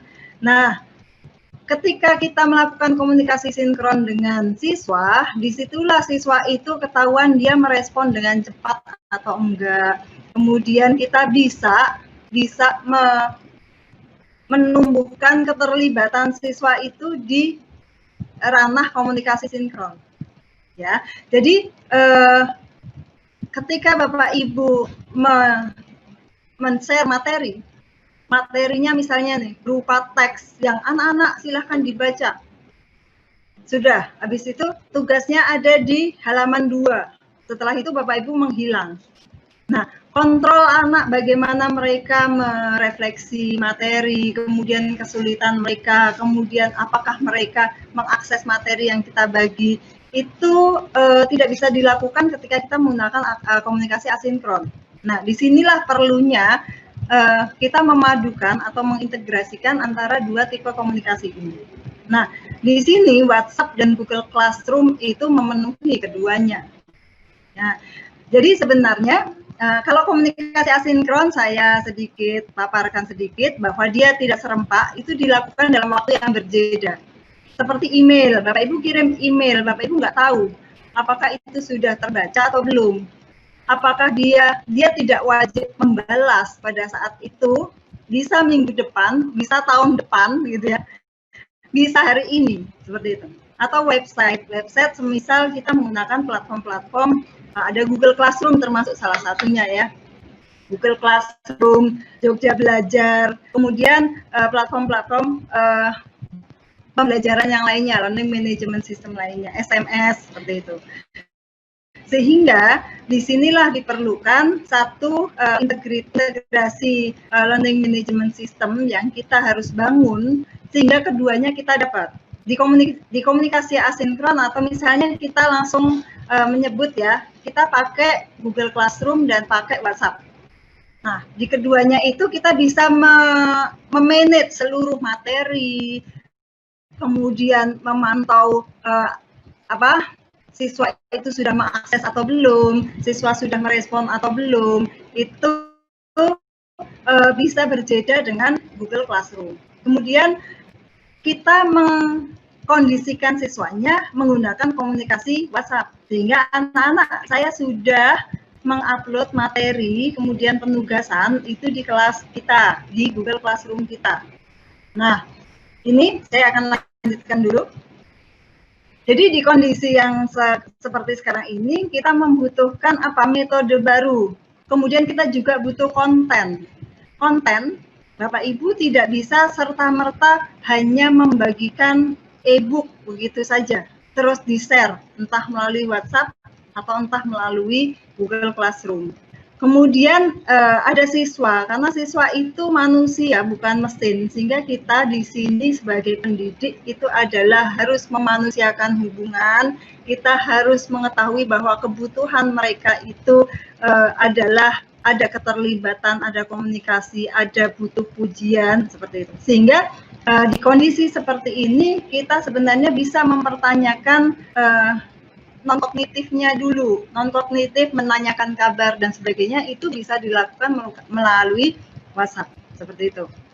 Ya, nah saya akan cerita dulu kenapa WhatsApp gitu ya, kenapa WhatsApp. Jadi saya akan menceritakan sedikit mengenai apa yang saya tulis di 2018 bahwa sekitar 96% siswa saya mengajar di SMK 2 Sewon, Bapak Ibu, di kompetensi keahlian multimedia, gitu, mengajar kelas animasi 2 dimensi dan juga mengajar pengolahan audio dan video.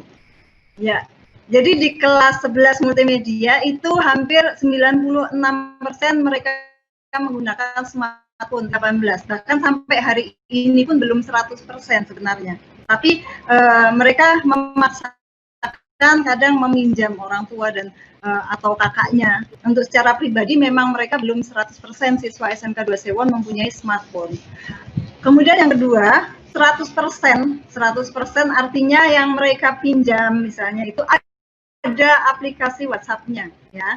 Sehingga penggunaan platform WhatsApp itu kita pilih menjadi media pembelajaran dalam jaringan ini. Dan kenapa juga WhatsApp?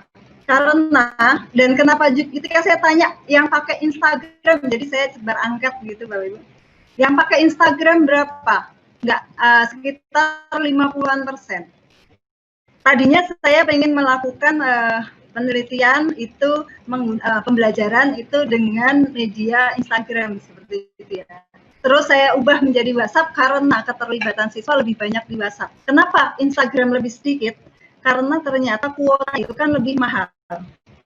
Dan kemampuan siswa itu kebanyakan dari siswa kami khususnya mungkin juga terjadi di banyak daerah ya, bahwa kebanyakan mereka membeli kuota atau paket data itu paket data chat gitu.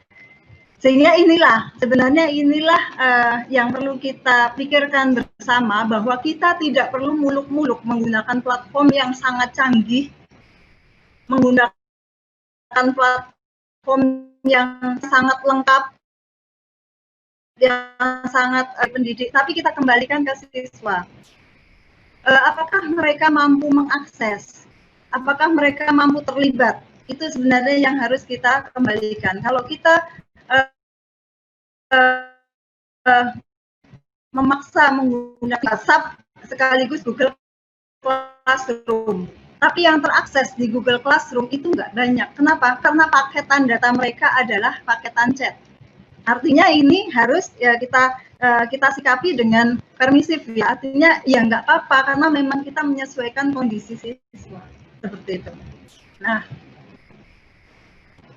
jadi metode, jadi saya nggak akan menyampaikan tentang kita mau bikin apa. Saya yakin Bapak Ibu semua sudah punya WhatsApp juga, karena pengguna WhatsApp di dunia itu yang tertinggi di Indonesia juga, gitu ya. Membuat grup WhatsApp bagaimana itu juga nggak saya sampaikan di sini, pasti semua sudah bisa. Bagaimana membatasi hanya admin yang bisa share informasi, yang lain nanti dibuka tutup seperti itu. Tapi nanti kalau misalnya ada pertanyaan itu silahkan, nggak masalah, nanti kita diskusikan bersama. Nah di sini model yang saya gunakan itu flip classroom. Flip classroom sedikit mengulas tentang strateginya di mana. Jadi oke, kita pakai WhatsApp. WhatsApp sudah dibikin, sudah ada yang bikin. dia sudah punya platform, sudah punya fasilitas seperti itu. Tinggal kita membuat strateginya. Bagaimana pembelajaran yang kita sampaikan ke WhatsApp itu efektif dan bisa diterima oleh siswa dengan baik. Jadi di kondisi ini saya menggunakan flip classroom. Flip classroom itu kelas membalik gitu ya, dibalik bahwa ada jadwal pelajaran. Misalnya saya pelajarannya hari Kamis, Selasa dan Kamis. Maka hari Minggunya atau hari Rabunya itu saya sudah membagikan materi kepada siswa melalui WhatsApp. Kemudian mereka akan membacanya. Nah, nanti ketika ketemu, ketika kita jumpa darat, ketika kita masih bisa jumpa darat ya, maka siswa afirmasi di dalam kelas. Sehingga apa? Kita guru-guru SMK terutama, waktu kita nggak banyak, kita terbatas oleh kelas dan kita terbatas oleh jam-jam di jadwal seperti itu ya. Ketika contoh saya mengajar animasi 2 dimensi 6 jam per minggu.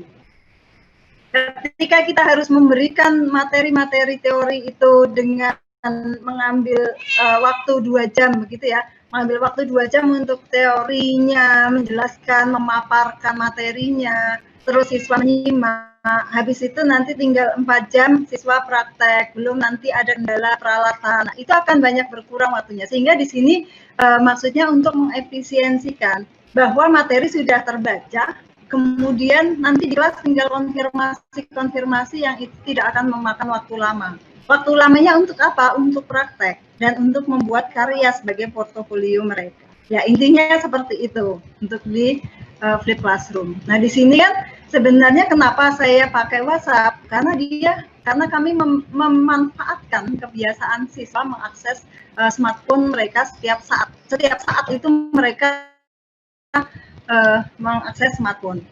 Kemudian sangat tepat untuk diterapkan pada kondisi sekarang, ya, terutama di saat pandemi ini. Jadi kalau mereka memang cuma mampunya punya kuota chat yang walaupun sudah ada kewajiban dari pemerintah, untuk memberikan kuota, tapi kuota yang bisa diberikan ke siswa dengan loading materi yang diberikan oleh misalnya berapa 15 guru dalam satu minggu misalnya, itu kan berat juga gitu ya. Jadi kuota yang diterima terbatas, kondisi keluarga kita juga nggak tahu, sehingga inilah yang harus kita perhatikan. Kita harus tahu kemampuan siswa mengakses media yang kita share ke siswa. Ya, terus di sini tetap ada kontrol pembelajaran dari guru walaupun terbatas. Karena sebenarnya sekarang kondisi kontrol belajar siswa itu ada di siswa itu sendiri dan keluarga atau orang tua. Nah, disinilah kita mengoptimalkan sebagai guru, kita nggak bisa dong langsung share, langsung tinggal begitu. Nggak bisa, itu menyedihkan dan kasihan siswanya. Baik, kita kembali ke aplikasi WhatsApp. Nah, kita akan membicarakan sedikit apa sih keunggulan dan kelemahannya. Dia itu lintas platform, ada yang pakai iOS, ada yang pakai Android, itu bisa. Terus di WhatsApp kita bisa berbagi sumber daya. Tadi Bu Nurul sudah menyampaikan, kita bisa share videonya melalui link, melalui WhatsApp, gitu ya. Kita sudah share, kita bisa share videonya langsung di WhatsApp, yang mereka berarti harus download ya. Kalau kebanyakan video juga siswa teriak-teriak gitu. Bisa juga dengan cara guru menguploadnya ke channel YouTube masing-masing. Nanti tinggal diberikan linknya seperti yang sudah dicontohkan Bu Erma tadi. Nah, kemudian dia murah gitu ya. WhatsApp itu murah, dia menggunakan paket data internet sehingga relatif lebih murah dibandingkan dengan mengakses platform yang lain. Nah, kelemahannya pasti ada. Kelemahannya itu nanti yang akan kita tutupi dengan penggunaan Google Classroom. Bahwa kalau di WhatsApp kita pusing juga, organisasi file tidak akan bisa dilakukan dengan optimal. Pesan akan menumpuk bertubi-tubi, kita harus manjat lama. Kalau loadingnya internet itu, kalau koneksi internet itu lemah, maka juga lama juga, kita nggak akan bisa seperti itu.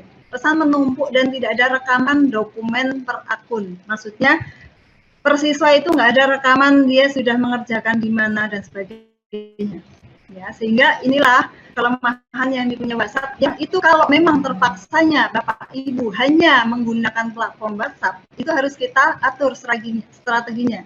Salah satunya dengan model pembelajaran flip classroom tadi, ya.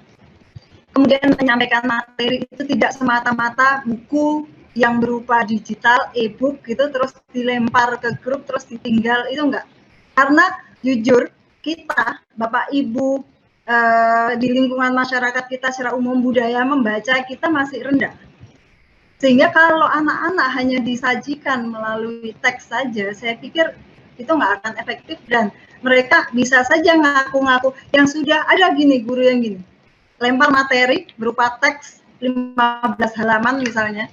Terus yang sudah baca silahkan kasih respon, resensi respon gitu ya, respon sudah membaca. Nah, kalau cuma siswa menuliskan resensinya itu kan juga sama saja mereka bisa nggak jujur gitu ya. Mereka bisa saja nggak baca tapi setor nomor absen di WhatsApp gitu. Sehingga itu strateginya misalnya nih ya, misalnya berbagi aja ya. Saya lempar materi beberapa halaman. Yang pertama, buku dalam bentuk teks itu setidaknya Bapak Ibu konversi dalam bentuk mind map atau infografis. Jadi dikonversi menjadi bentuk-bentuk yang itu memudahkan siswa. Atau kita ringkaskan. Kita bikinkan PowerPoint lah semacam ini. Saya menayangkan slide-slide seperti ini kan nggak capek baca. Nggak cuma teks saja tapi berupa simbol-simbol dan poin-poin yang bisa mereka gali lebih lanjut nanti. Kemudian Bapak Ibu minta siswa untuk menuliskan sebuah tagar, hashtag gitu ya di WhatsApp. Hashtagnya apa? Misalnya materi hari ini tentang literasi misalnya. Maka kasih hashtag literasi. Baru nama siswa, baru nomor absen, baru dia menyimpulkan yang menuliskan yang sudah dia pahami setelah membaca itu apa. Misalnya dalam 1-2 kalimat. Sehingga nanti menelusurnya kita pakai fitur search-nya WhatsApp, terus kata kuncinya tagar literasi. Itu akan mudah ketika kita nanti merangkum atau merekap respon siswa. Itu ya. Baik, ini penjelasan tentang WhatsApp. Nah, kenapa WhatsApp? Karena dia itu aplikasi chat yang sangat populer. Dia digunakan oleh hampir seluruh orang Indonesia. Dia digunakan 35,8 million users in Indonesia. Juga dia bisa merubah banyak kebiasaan gitu ya. Gitu, kebiasaan besar itu banyak diubah di situ. Sekarang kan SMS sudah beralih semua, hampir semuanya pakai WhatsApp gitu. Ini flip classroom tadi sudah saya jelaskan. Ya, ini penggambaran tentang flip classroom juga. Jadi di kelas itu tinggal konfirmasi diskusi konten ya. Jadi di sini ketika di WhatsApp itu Bapak Ibu gunakan secara tunggal, maka kontennya jangan mentah, tapi harus dikonversi, diubah menjadi paling tidak sebuah infografis atau tayangan PowerPoint atau video ya, seperti yang sudah disampaikan Bu Nurul tadi. Baik, itu semua tentang WhatsApp ya. Kemudian kita mendiskusikan sedikit mengenai Google Classroom. Ya, Google Classroom ini miliknya Google ya. Miliknya Google. Di situ sebenarnya temennya banyak ya. Google Classroom ini serambi aplikasi pembelajaran yang digunakan secara gratis. Kita bisa bikin kelas virtual. Anak-anak tinggal kita bagikan kode kelasnya. Ya, kode kelas animasi berdimensi, langsung mereka akan bergabung. Jadi di sini digunakan untuk membantu di hampir lingkup pembelajaran kita, terutama secara pandemi ini ya, mengatasi kesulitan pembelajaran, terutamanya kalau untuk pendekatan dan keterlibatan memang tadi seperti yang saya jelaskan di awal, dia jenis komunikasi asinkron, sehingga kita tidak bisa langsung merekam respon anak seperti apa. Apalagi objektivitas anak ketika kita menilai secara kuantitatif, seperti yang disampaikan Bu Irma tadi, karena mereka bisa saja mencari tidak mengerjakan sesuai dengan kemampuannya, tapi masih cari-cari tahu, masih apa namanya, istilahnya mengutip jawaban temennya seperti itu kan kita nggak bisa kontrol. Ya. Oke, lanjut. Nah, ini fakta tentang Google Classroom. Di sini gratis, terus memudahkan siswa agar tetap terhubung, ya. Terus menyederhanakan pembuatan, pendistribusian, penetapan tugas dengan cara tanpa kertas. Gitu. Nah, di sini juga yang perlu Bapak Ibu pahami bahwa di Google Classroom itu kan dia terkoneksi dengan Google Drive, dia terkoneksi dengan Google Sheet, dia terkoneksi dengan Google Spreadsheet, dia terkoneksi dengan Google apa namanya form, gitu ya. Sehingga apa istilahnya yang Office yang aplikasi yang sering kita pakai, misalnya PowerPoint-nya kita pakai Google Sheet gitu ya. Untuk pengolahan nilainya nanti kita pakai apa namanya Excel melalui Google Spreadsheet. Gitu. Kemudian untuk menangkap jawaban siswa di kuis atau di penilaian itu kita bisa pakai Google Form atau Google Quiz gitu ya. Nah, di sini juga saya sampaikan keunggulan dan kelemahannya. Keunggulan dan kelemahannya yang pertama dia gratis, ya, gratis. Terus kita bisa dengan dari sisi siswa ya, dari sisi siswa itu akan ternotifikasi di emailnya ketika pengajar itu men-sharing tugas atau informasi atau hasil seperti itu. Dan dia mobile friendly. Kenapa mobile friendly? Karena dia punya Google. Di hampir di semua Android itu kan kita mengaktifasinya dengan akun Google. Sehingga hampir semua siswa, hampir semua orang yang menggunakan Android itu kan punya akun Google. Sehingga dia mobile friendly, notifikasi langsung ada dalam genggaman juga, ya. Itu terus mudah mengelola tugas. Jadi si guru, dari sisi guru itu mengelola tugas akan sangat mudah. Nanti tinggal siswa itu merespon jawaban atau enggak, dan nanti sudah terangkum, termanajemen oleh Google itu sendiri. Dan yang jelas semua file akan masuk ke Google Drive kita. Ya. Tersedia ruang diskusi dan dia aman serta bebas dari iklan. Itu yang luar biasa, sehingga banyak sekali sekarang yang memang beralih menggunakan Google Classroom. Namun kelemahannya memang tampilannya enggak menarik mungkin dibandingkan dengan Facebook, dibandingkan Instagram, dibandingkan YouTube, dibandingkan dengan aplikasi-aplikasi yang lain yang lebih gemerlap gitu ya. Di Google Classroom tampilannya terbatas seperti itu. Kemudian juga apa namanya? Ini pewaktuannya itu kadang-kadang sudah kita batasi waktu, tapi di luar waktu itu masih bisa respon seperti itu. Itu yang mungkin akan jadi PR-nya Google untuk bisa benar-benar rigid dalam pembatasan waktunya seperti itu. Nah, untuk yang eksternal nih, ya Pak, halo, oke. Ya, untuk kelemahan eksternal memang seperti yang saya sampaikan tadi, kita mesti tahu siswa mampu nggak akses Google Classroom, ya. Seperti nanti saya akan tunjukkan di kelas saya Maret sampai Juni kemarin, Maret, April, Mei, 3 bulan awal pandemi kemarin saya menggunakan dua-duanya. Kenyataannya di Google Classroom itu sepi, Bapak Ibu. Kenapa? Siswa kami itu kebanyakan paketannya chat, ya. Sehingga itu yang harus kita harus pintar-pintar mengantisipasi. Oke. Fitur yang tersedia di Google Classroom, mungkin Bapak Ibu yang sudah membuat kelas di Google Classroom itu sudah paham. Ada tugas atau assignment, kita bisa masukkan ke situ. Ada penilaian atau grading. Terus ada pengumuman dan respon, ada laporan originalitas, ada arsip pembelajaran, dan ada aplikasi seluler. Gitu. Oke? Nah, di sini saya akan coba sedikit tunjukkan.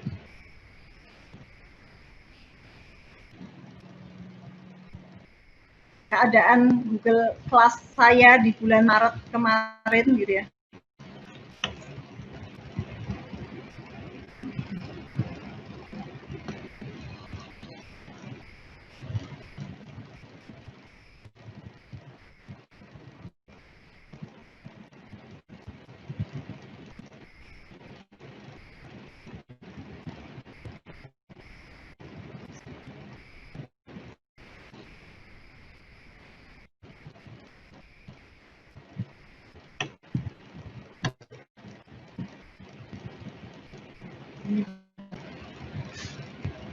Ya, ini terlihat ya Pak Agus ya. Halo Pak Agus. Terlihat sekali Bu, Terlihat ya. Ya. Oke. Jadi di sini kami di jurusan di kompetensi keahlian multimedia itu kemarin memang membuat satu Google Classroom untuk beberapa guru. Sehingga kenapa? Karena kita sekali lagi mempertimbangkan kemampuan siswa. Karena seperti yang Mbak Irma tadi sampaikan bahwa siswa itu kadang-kadang bingung, semua guru kasih judit, semua guru kasih batas waktu, tenggat waktu, tugasnya menumpuk-numpuk gitu, sehingga kita berupaya benar-benar meminimalisir.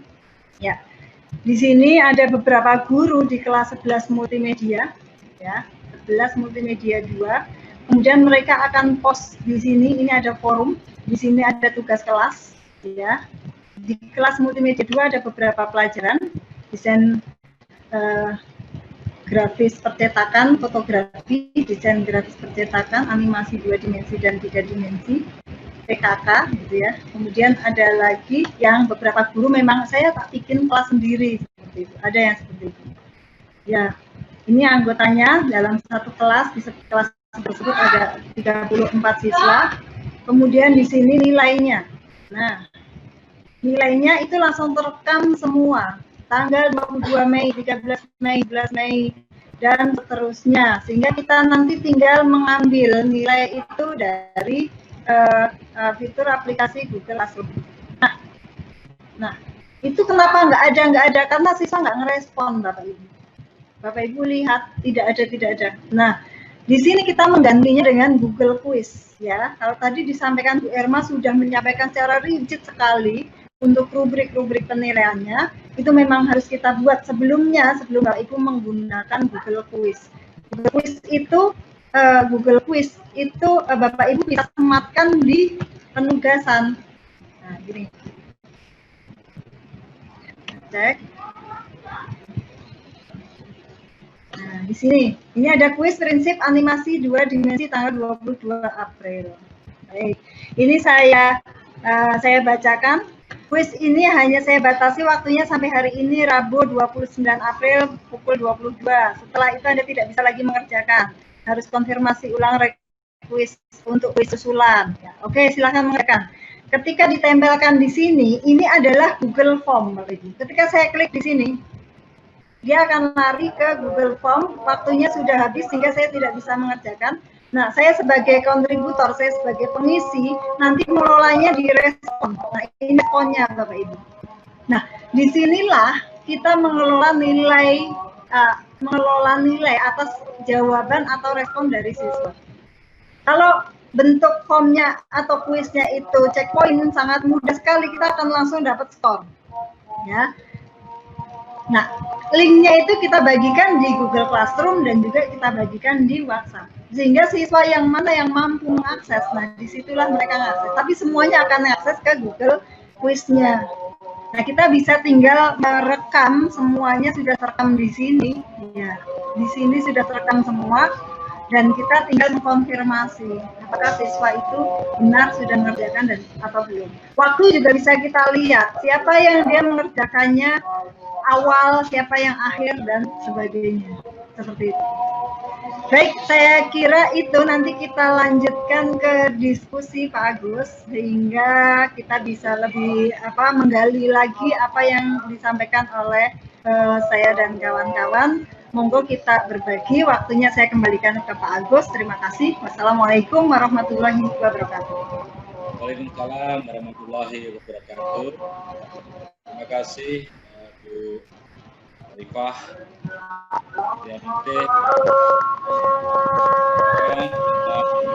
pembelajaran daring WhatsApp dan Google Classroom yang sangat detail sekali. Dan Bapak sekalian, kita masuk sesi tanya jawab, tetapi ini ada pertanyaan yang sangat banyak sekali dari narasumber pertama, yaitu ini ada pertanyaan yang masuk. Ibu Nurul diminta untuk mempraktekkan belajar tentang pembuatan video. Kami persilakan Ibu Nurul untuk pertanyaan pertama ini kami kasih waktu kurang lebih 5-7 menit untuk Bapak Ibu sekalian yang akan kepingin sekali menyaksikan tentang pembuatan video pembelajaran langsung praktek dari Ibu Nurul. Silakan Ibu Nurul. Ya, baik Pak. Sebelum praktek, karena tadi yang diminta ada beberapa aplikasi ya. Ini di sini saya di awal tadi sudah saya tampilkan. Ini adalah contoh dari aplikasi Photon. Ya. Caranya Bapak Ibu kalau untuk Photon itu aplikasinya online, jadi Bapak Ibu nanti mengerjakannya dalam kondisi online ya.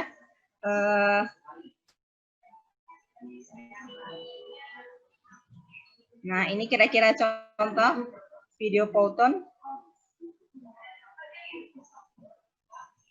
Ya, ini kira-kira contoh video Photon. Nah, ini sekalian saya jelaskan tadi kalau tidak salah saya baca di chat, itu apa perbedaan antara aplikasi yang berbayar dengan aplikasi tidak berbayar gitu ya. Ini sekalian saya jawab. Jadi kalau aplikasi free, tidak berbayar itu seperti ini contoh aplikasi yang tidak berbayar. Jadi ada watermark-nya ya. Ada watermark-nya dari Photon. Nanti kalau pakai KineMaster juga ada watermark-nya dari KineMaster. Pakai Filmora ada watermark-nya. Tapi kalau nanti kita pilih aplikasinya itu yang berbayar, maka ini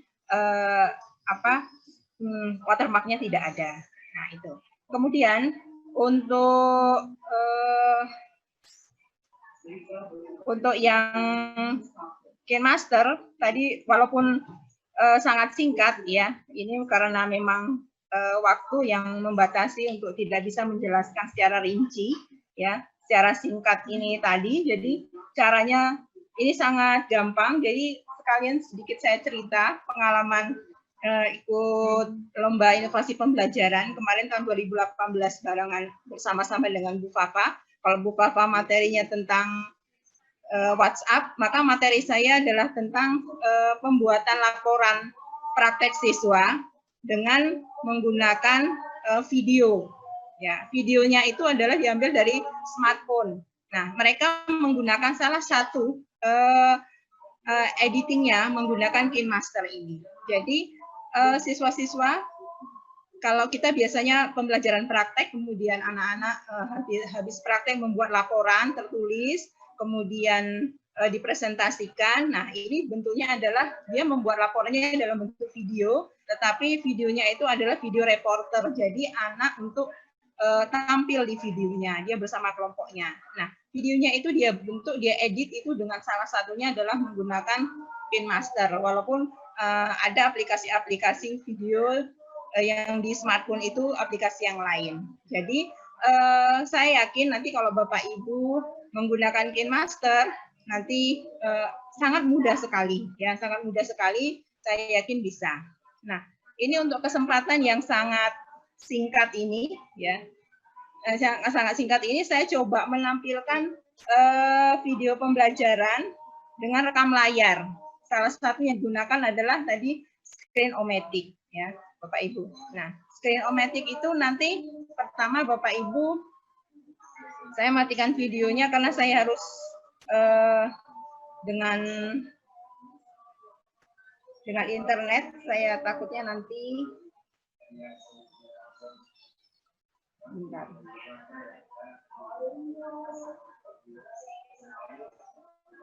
Nah, saya matikan videonya karena nanti saya harus berhubungan dengan internet, takutnya nanti tidak bisa lancar. Nah, Bapak Ibu, caranya adalah Bapak Ibu buka di browser, cari di browser, kemudian ketik Screen-O-Matic. Nanti dia akan keluar Screen-O-Matic. Nah, ini screen recorder, Screen-O-Matic seperti ini, Screencast-O-Matic. Kemudian sama seperti tadi, mau ambil yang free atau mau yang berbayar, ya. Kita ambil yang free saja, walaupun nanti ada kekurangan-kekurangannya, misalnya waktu rekamnya terbatas, misalnya seperti itu, ya. Nah, Bapak Ibu, kalau untuk pertama kali nanti install dulu, ya. Nanti install dulu, masuk saja dengan akun Google, sign in. Nah, nanti kemudian sudah terinstall. Kalau sudah terinstall nanti terlihat, Bu Nurul, mohon maaf. Tidak terlihat. Bu Nurul nggak terlihat. Ya, share screen-nya belum masih PPT. Oh, share screen-nya masih PPT.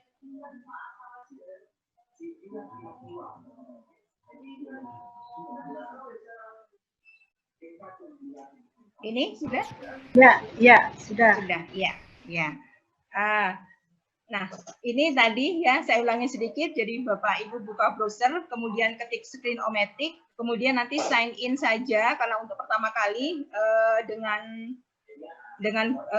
Google, dengan akun Google, kemudian nanti install, ikutin aja perintah installnya, mudah, cepat dan ringan ya. Nah, nanti akan ada pada layarnya Bapak Ibu dengan tanda seperti ini ya, dengan logonya seperti ini, itu adalah Screen-O-Matic. Nah, kalau sudah nanti Bapak Ibu buka, ya tampilannya akan seperti ini.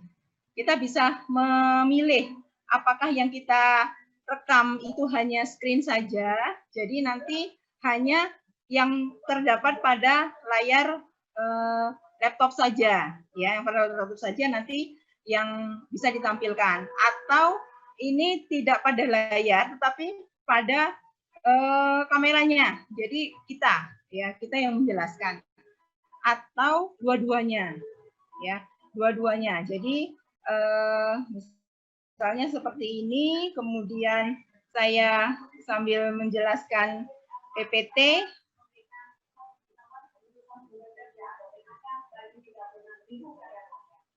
Nah, ini terlihat di sana Bapak Ibu? Ya, terlihat. Iya, terlihat. Ya, terlihat ya. Nah, di sini kita bisa kita pilih dua-duanya misalnya. Nah, kemudian kalau kita mau mulai merekam, bentar. Ini Bapak Ibu kalau di layar kelihatan ada garis-garis putus-putus. Ada garis-garis putus-putus di bawah ini, terlihat tidak? Ya, Ibu, kelihatan. Ada garis putus-putus. Ya, Kelihatan ya, Pak? Terlihat, Bu. Ada garis putus-putus ini terlihat ya. Di sini garis-garis putus-putus. Ini adalah layar yang nanti akan terekam. Ketika kita menjelaskan kepada siswa ya. Jadi nanti kalau kita mau mulai tinggal kita tekan ini aja.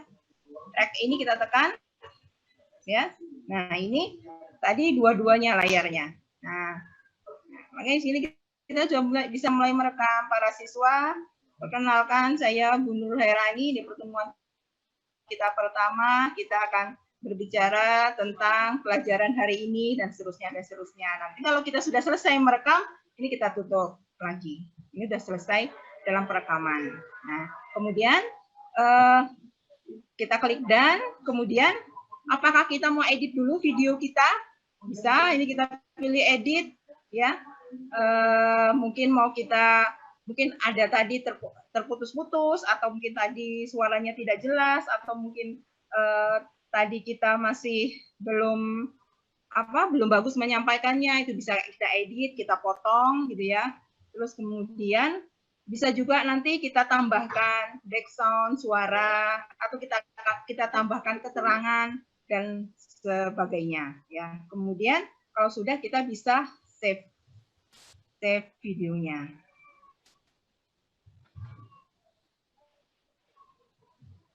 Nah, ini video yang tadi yang kita buat. Ini bisa kita jalankan.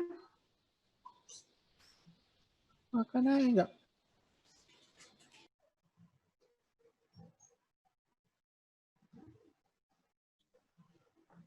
Halo, suaranya hilang, Bu? Suaranya hilang? Oh iya. Oke, sudah. Ini tadi adalah suara dari rekamannya tadi yang pakai screen-o-matic tadi. Ya, mungkin tidak keluar ke sana ya suaranya. Nah, itu seperti itu Bapak Ibu. Jadi saya kira sangat mudah sekali ya. Jadi kita pakai screen-o-matic, kemudian kita sudah siapkan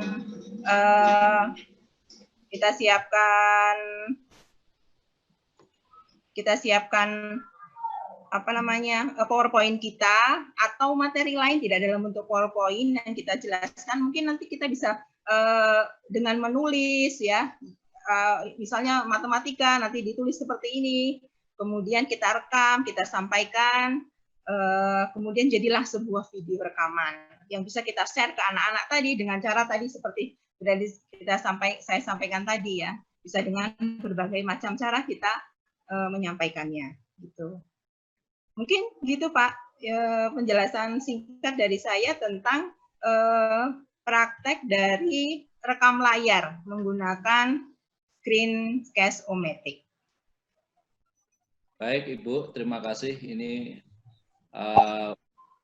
juga ada pertanyaan lagi dari Ibu Sumartini SMK 2 Magetan. Halo Ibu Sumartini, mau langsung disampaikan? Ibu Sumartini Magetan. Ibu Sumartini Magetan bertanya ke Ibu Arifah. Sumartini ada? Nah, ini Ibu Sumartini menanyakan tentang bagaimana caranya tadi masuk ke Google Classroom. Oke. Baik, Ibu Sumartini masuk memulai membuat gitu ya, Ibu ya? Kali, ya. Ya. Baik, saya akan share screen. Ini kebetulan saya sudah siapkan 2 akun Gmail. Yang satu karena kalau sudah pernah saya nggak bisa menunjukkan untuk membuatnya. Jadi ini real time aja saya ajarin gitu ya. Cuman waktunya nanti mungkin gini. Yang pertama, Ibu, Bapak, bahwa kita harus punya akun Gmail. Itu wajib gitu ya. Ini saya sambil share screen ya, Pak Agus ya. Ya.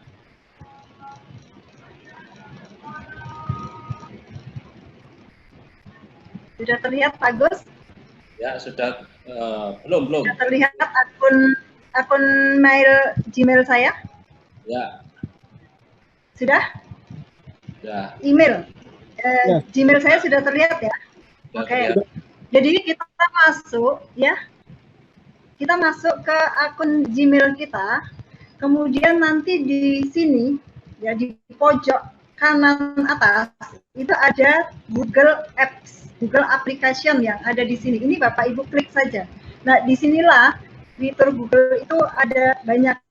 Jadi Classroom itu ada di sini, termasuk di sini Bapak Ibu bisa melihat ada Google Foto, Google Drive, Google Sheet, Google Slide, Google Doc dan sebagainya. Classroom ada di salah satu. Kalau sudah diklik Google Classroom-nya, secara singkat saja ya. Syaratnya akun Gmail. Kalau sudah, nanti Bapak Ibu tinggal masuk ke situ. Ini pakai laptop ya Bapak Ibu ya.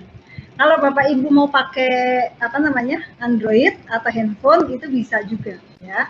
Dan saya kira nanti dengan kata kunci, kalau nanti kurang jelas karena keterbatasan waktu kita, kata kuncinya membuat Google Classroom itu akan banyak sekali ditemukan di YouTube. seperti itu. Ya, jadi di sini saya lanjutkan dulu. Kalau sudah, nanti Google Classroom ini akan mempertanyakan apakah dilanjut atau enggak, gitu ya. Di sini tadi yang sudah saya jelaskan, apa yang mau kita dapat di dalam Google Classroom kalau sudah di continue. Ya, oke. Nah, di sini kita create, ada tanda nih, create or join your first class. Bapak Ibu mau bikin kelas atau mau join dengan kelas. Jadi kita sebagai pendidik atau kita sebagai siswa.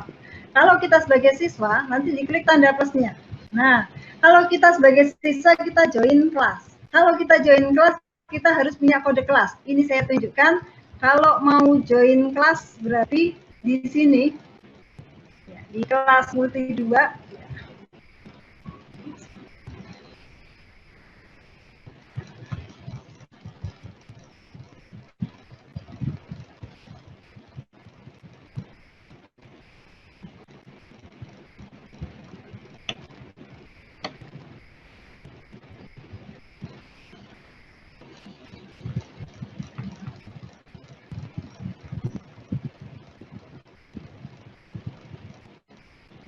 kalau join kelas kita harus punya kode kelas, kode atau sandinya ya. Kelas yang akan kita join apa? Gitu. Itu kalau mau join kelas. Tapi kalau kita mau membuat, berarti create kelas. Tinggal create kelas seperti itu. Nanti ada konfirmasi lagi, pertanyaan-pertanyaan, yaitu syarat kita setuju aja ya. I have read and understand, jadi setuju dengan semua persyaratannya dan sebagainya. Ini dicentang Bapak Ibu, terus di-continue. Ya, kasih nama kelasnya. Misalnya kelas kewirausahaan. Silakan Ibu simak, ini sangat penting sekali Bapak Ibu sekalian, langsung bisa praktek. Ya. Kelas 11 multimedia. Ya. Subjeknya apa? Ya, ini nama kelasnya ya. Misalnya nama kelasnya boleh kelas kewirausahaan. Subjeknya adalah PKK, nah, produk kreatif kewirausahaan, gitu. Ya, kalau sudah kita boleh create, ya.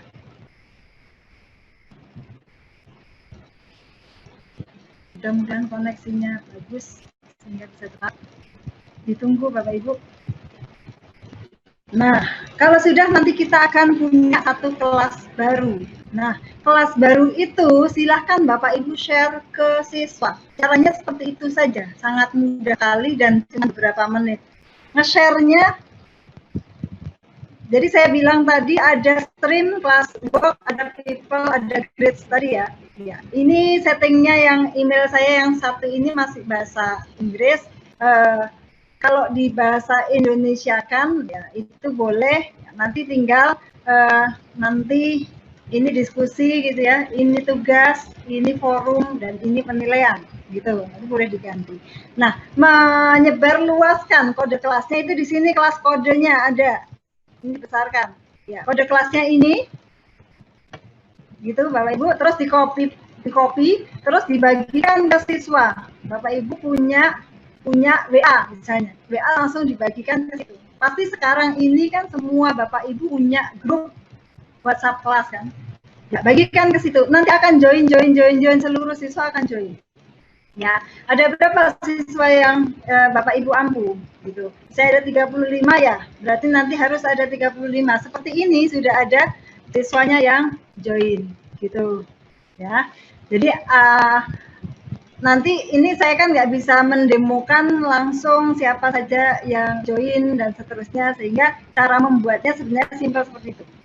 Ini kita sudah punya kelas, ya. Ini kalau mau mengganti apa namanya temanya, mengganti background di atasnya itu headernya kelas, boleh di select theme atau upload foto, boleh ditaruh di sini nanti diganti. Terus fitur yang paling utama aja dulu, nanti Bapak Ibu mau bikin apa? Mau bikin informasi misalnya ini, ya.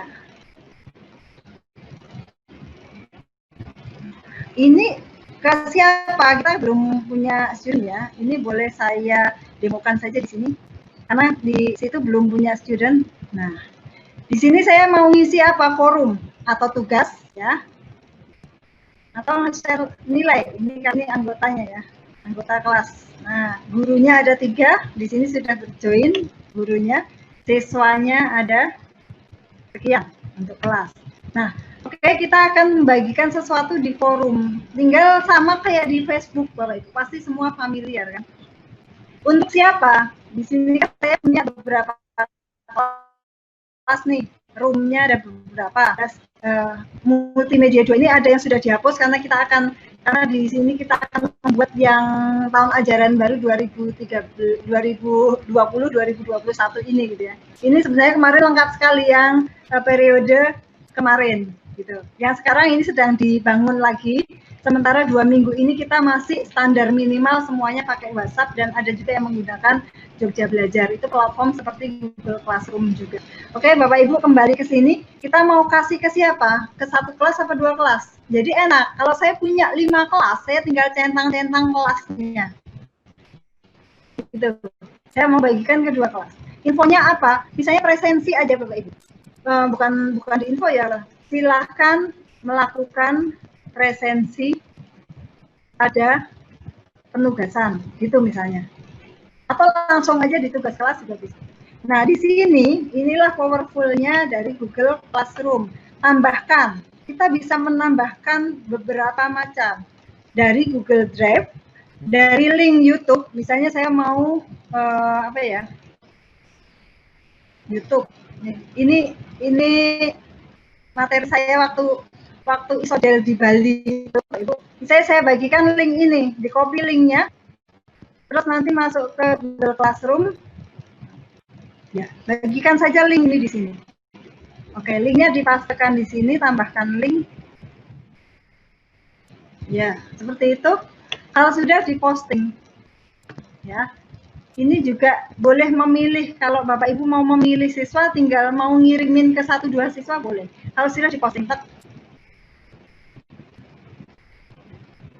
itu nanti dari sisi siswa semua akan menerima notifikasi email. Nah, ini siswa saya paling sekarang lagi pada heran nih, Bapak kok ngupdate Google Classroom ya, padahal sekarang mereka sudah naik kelas 12 kan, saya nggak ngajar kelas 12 gitu. Jadi seperti itu. Terus di tugas kelas, sama mudah sekali, tugas kelas itu tinggal Bapak Ibu klik buat, ya, buat tugas. Tugasnya apa? Tugas kuis, pertanyaan, materi, topik gitu ya. Nah, ini bisa tugas. Gitu. Oke, tugas saya mau bikin presensi aja nih, presensi kehadiran. Oke, presensi kehadiran. Isilah sesuai keadaanmu yang sekarang. Misalnya nih, keterlibatan di kelas. Tambahkan ini, ketika di tugas itu ada nih banyak Bapak Ibu. Optimalisasi Google-nya itu di sini. Bapak Ibu mau bikin dokumen, atau bikin slide, atau bikin spreadsheet, atau bikin gambar, atau bikin formulir.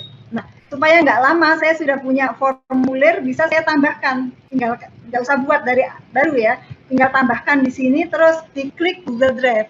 Formulir saya kan tersimpan di Google Drive. Sehingga saya klik di sini Google Drive, ya tinggal ditampilkan saja.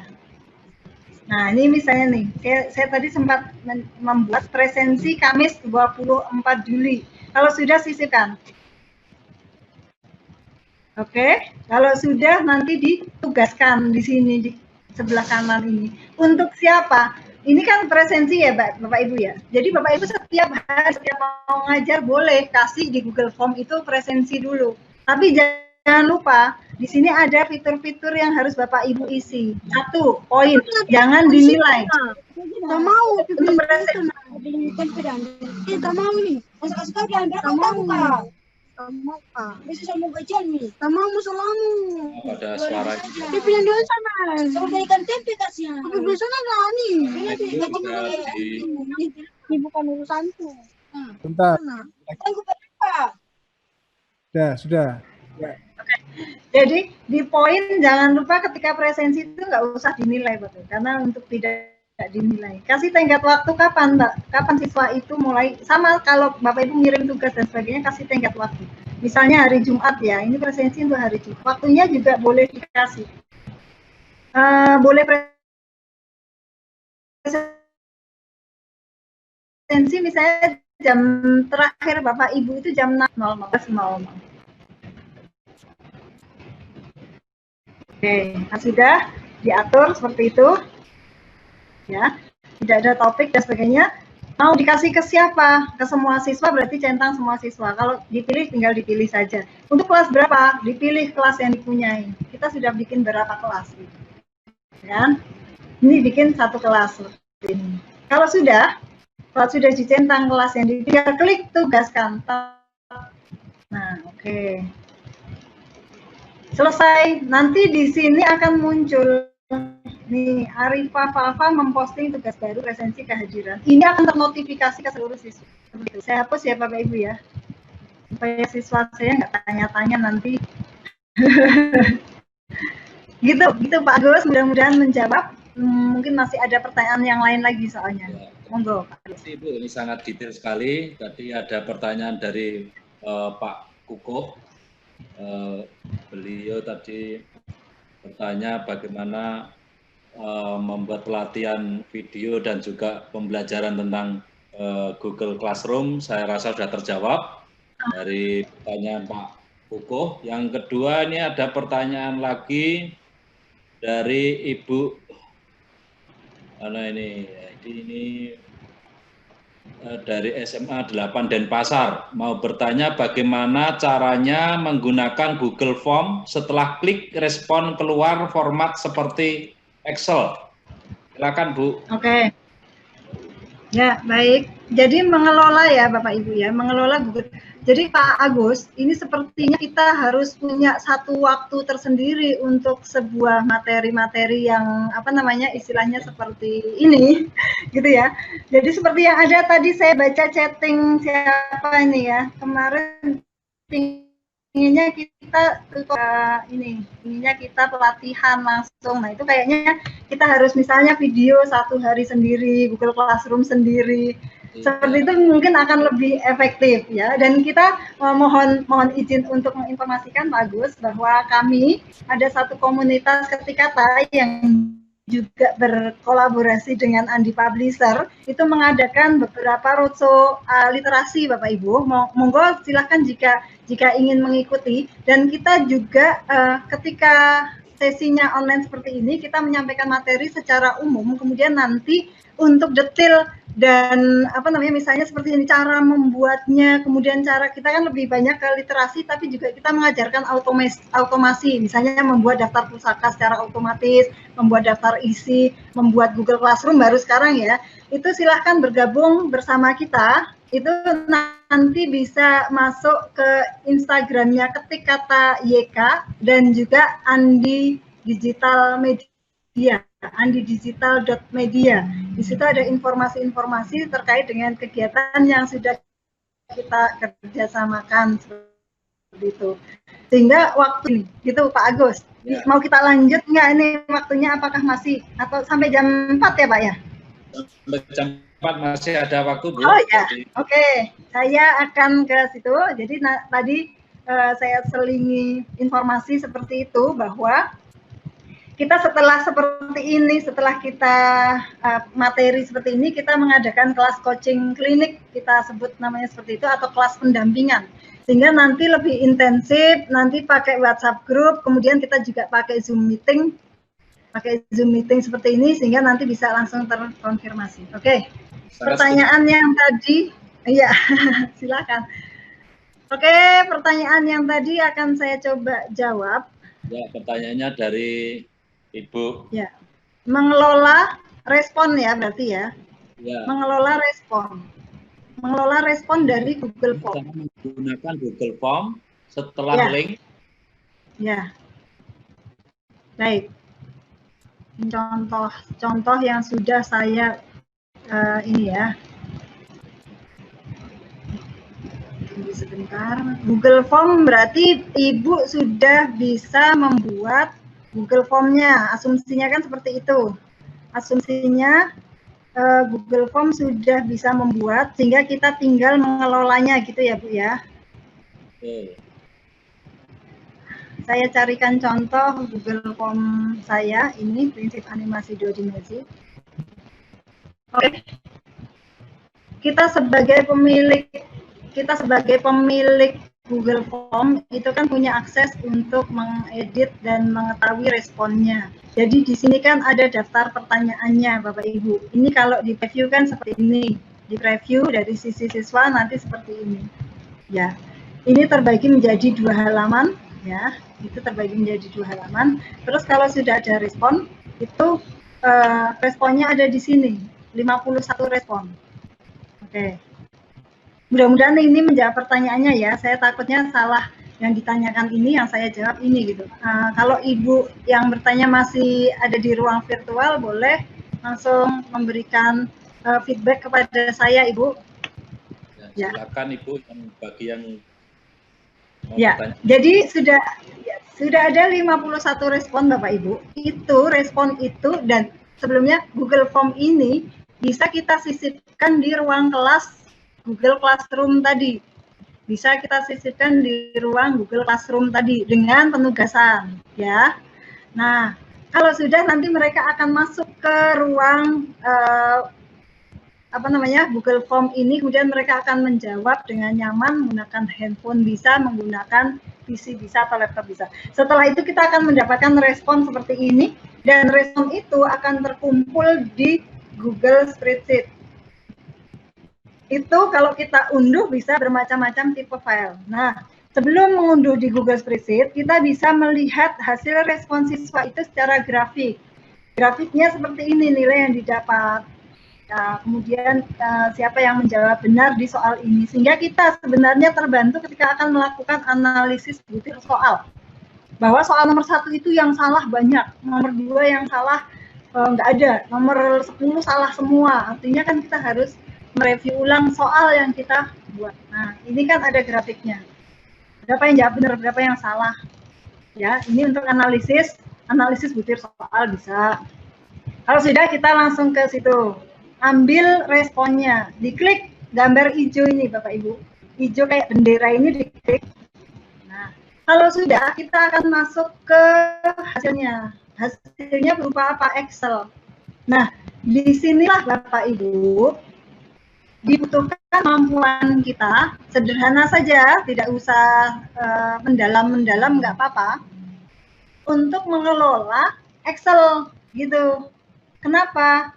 Karena Bapak Ibu nggak mungkin dong bikin Google Quiz. Misalnya Bapak Ibu ngajar 5 kelas yang sama. Bapak Ibu kan ngajar PKK ya. Mungkin di satu jurusan dan jurusan yang lain berbeda. Atau matematika aja, matematika kelas 10. Ngajar 6 kelas.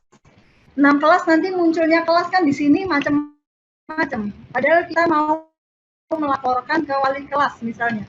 Artinya apa? Bapak Ibu harus punya kemampuan filter di Excel. Kemudian nanti Bapak Ibu juga harus mengkonversi, kalau tidak divalidasi pengisian nomor absennya, ada yang berupa teks, ada yang berupa numerik.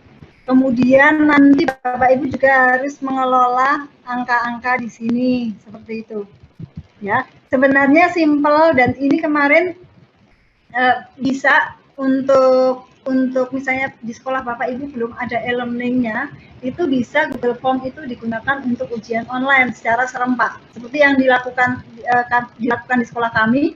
Kebetulan sekolah kami memang belum punya e-learning begitu ya. Jadi kita mengoptimalkan platform-platform yang sudah ada gitu.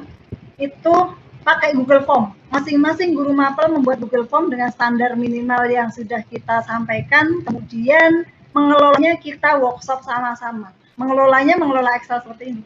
Nah, ini kalau mau nyaman, Bapak Ibu nggak kerja online. Kalau seperti ini kan online. Silahkan diunduh dulu file, kemudian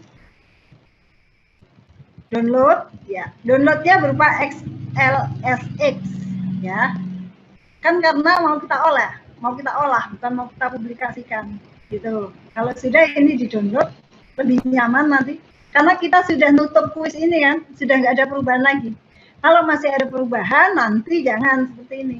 Masih dibiarkan di sini, masih ada masukan-masukan dari respondennya. Kira-kira seperti itu, Pak Gus. Ya. Mudah-mudahan menjawab. Nanti dilanjutkan dengan pertanyaan yang lain. Terima kasih. Bagus sekali, sudah dijawab dengan sangat tuntas oleh Ibu Ira. Sekarang pertanyaan terakhir untuk Bu Ira, yaitu mengenai cara dari Pak Sugianto, mengenai cara menghapus kelas tahun ajaran tahun lalu. Bagaimana caranya Ibu Ira? Ya, baik. Kita hapus ya, hapus kelas tahun ajaran yang lalu. Ini yang jelas ini kebetulan yang membuat itu kan teman di jurusan. Jadi kita membuat satu Google Classroom, nanti saya cuma sebagai kontributor.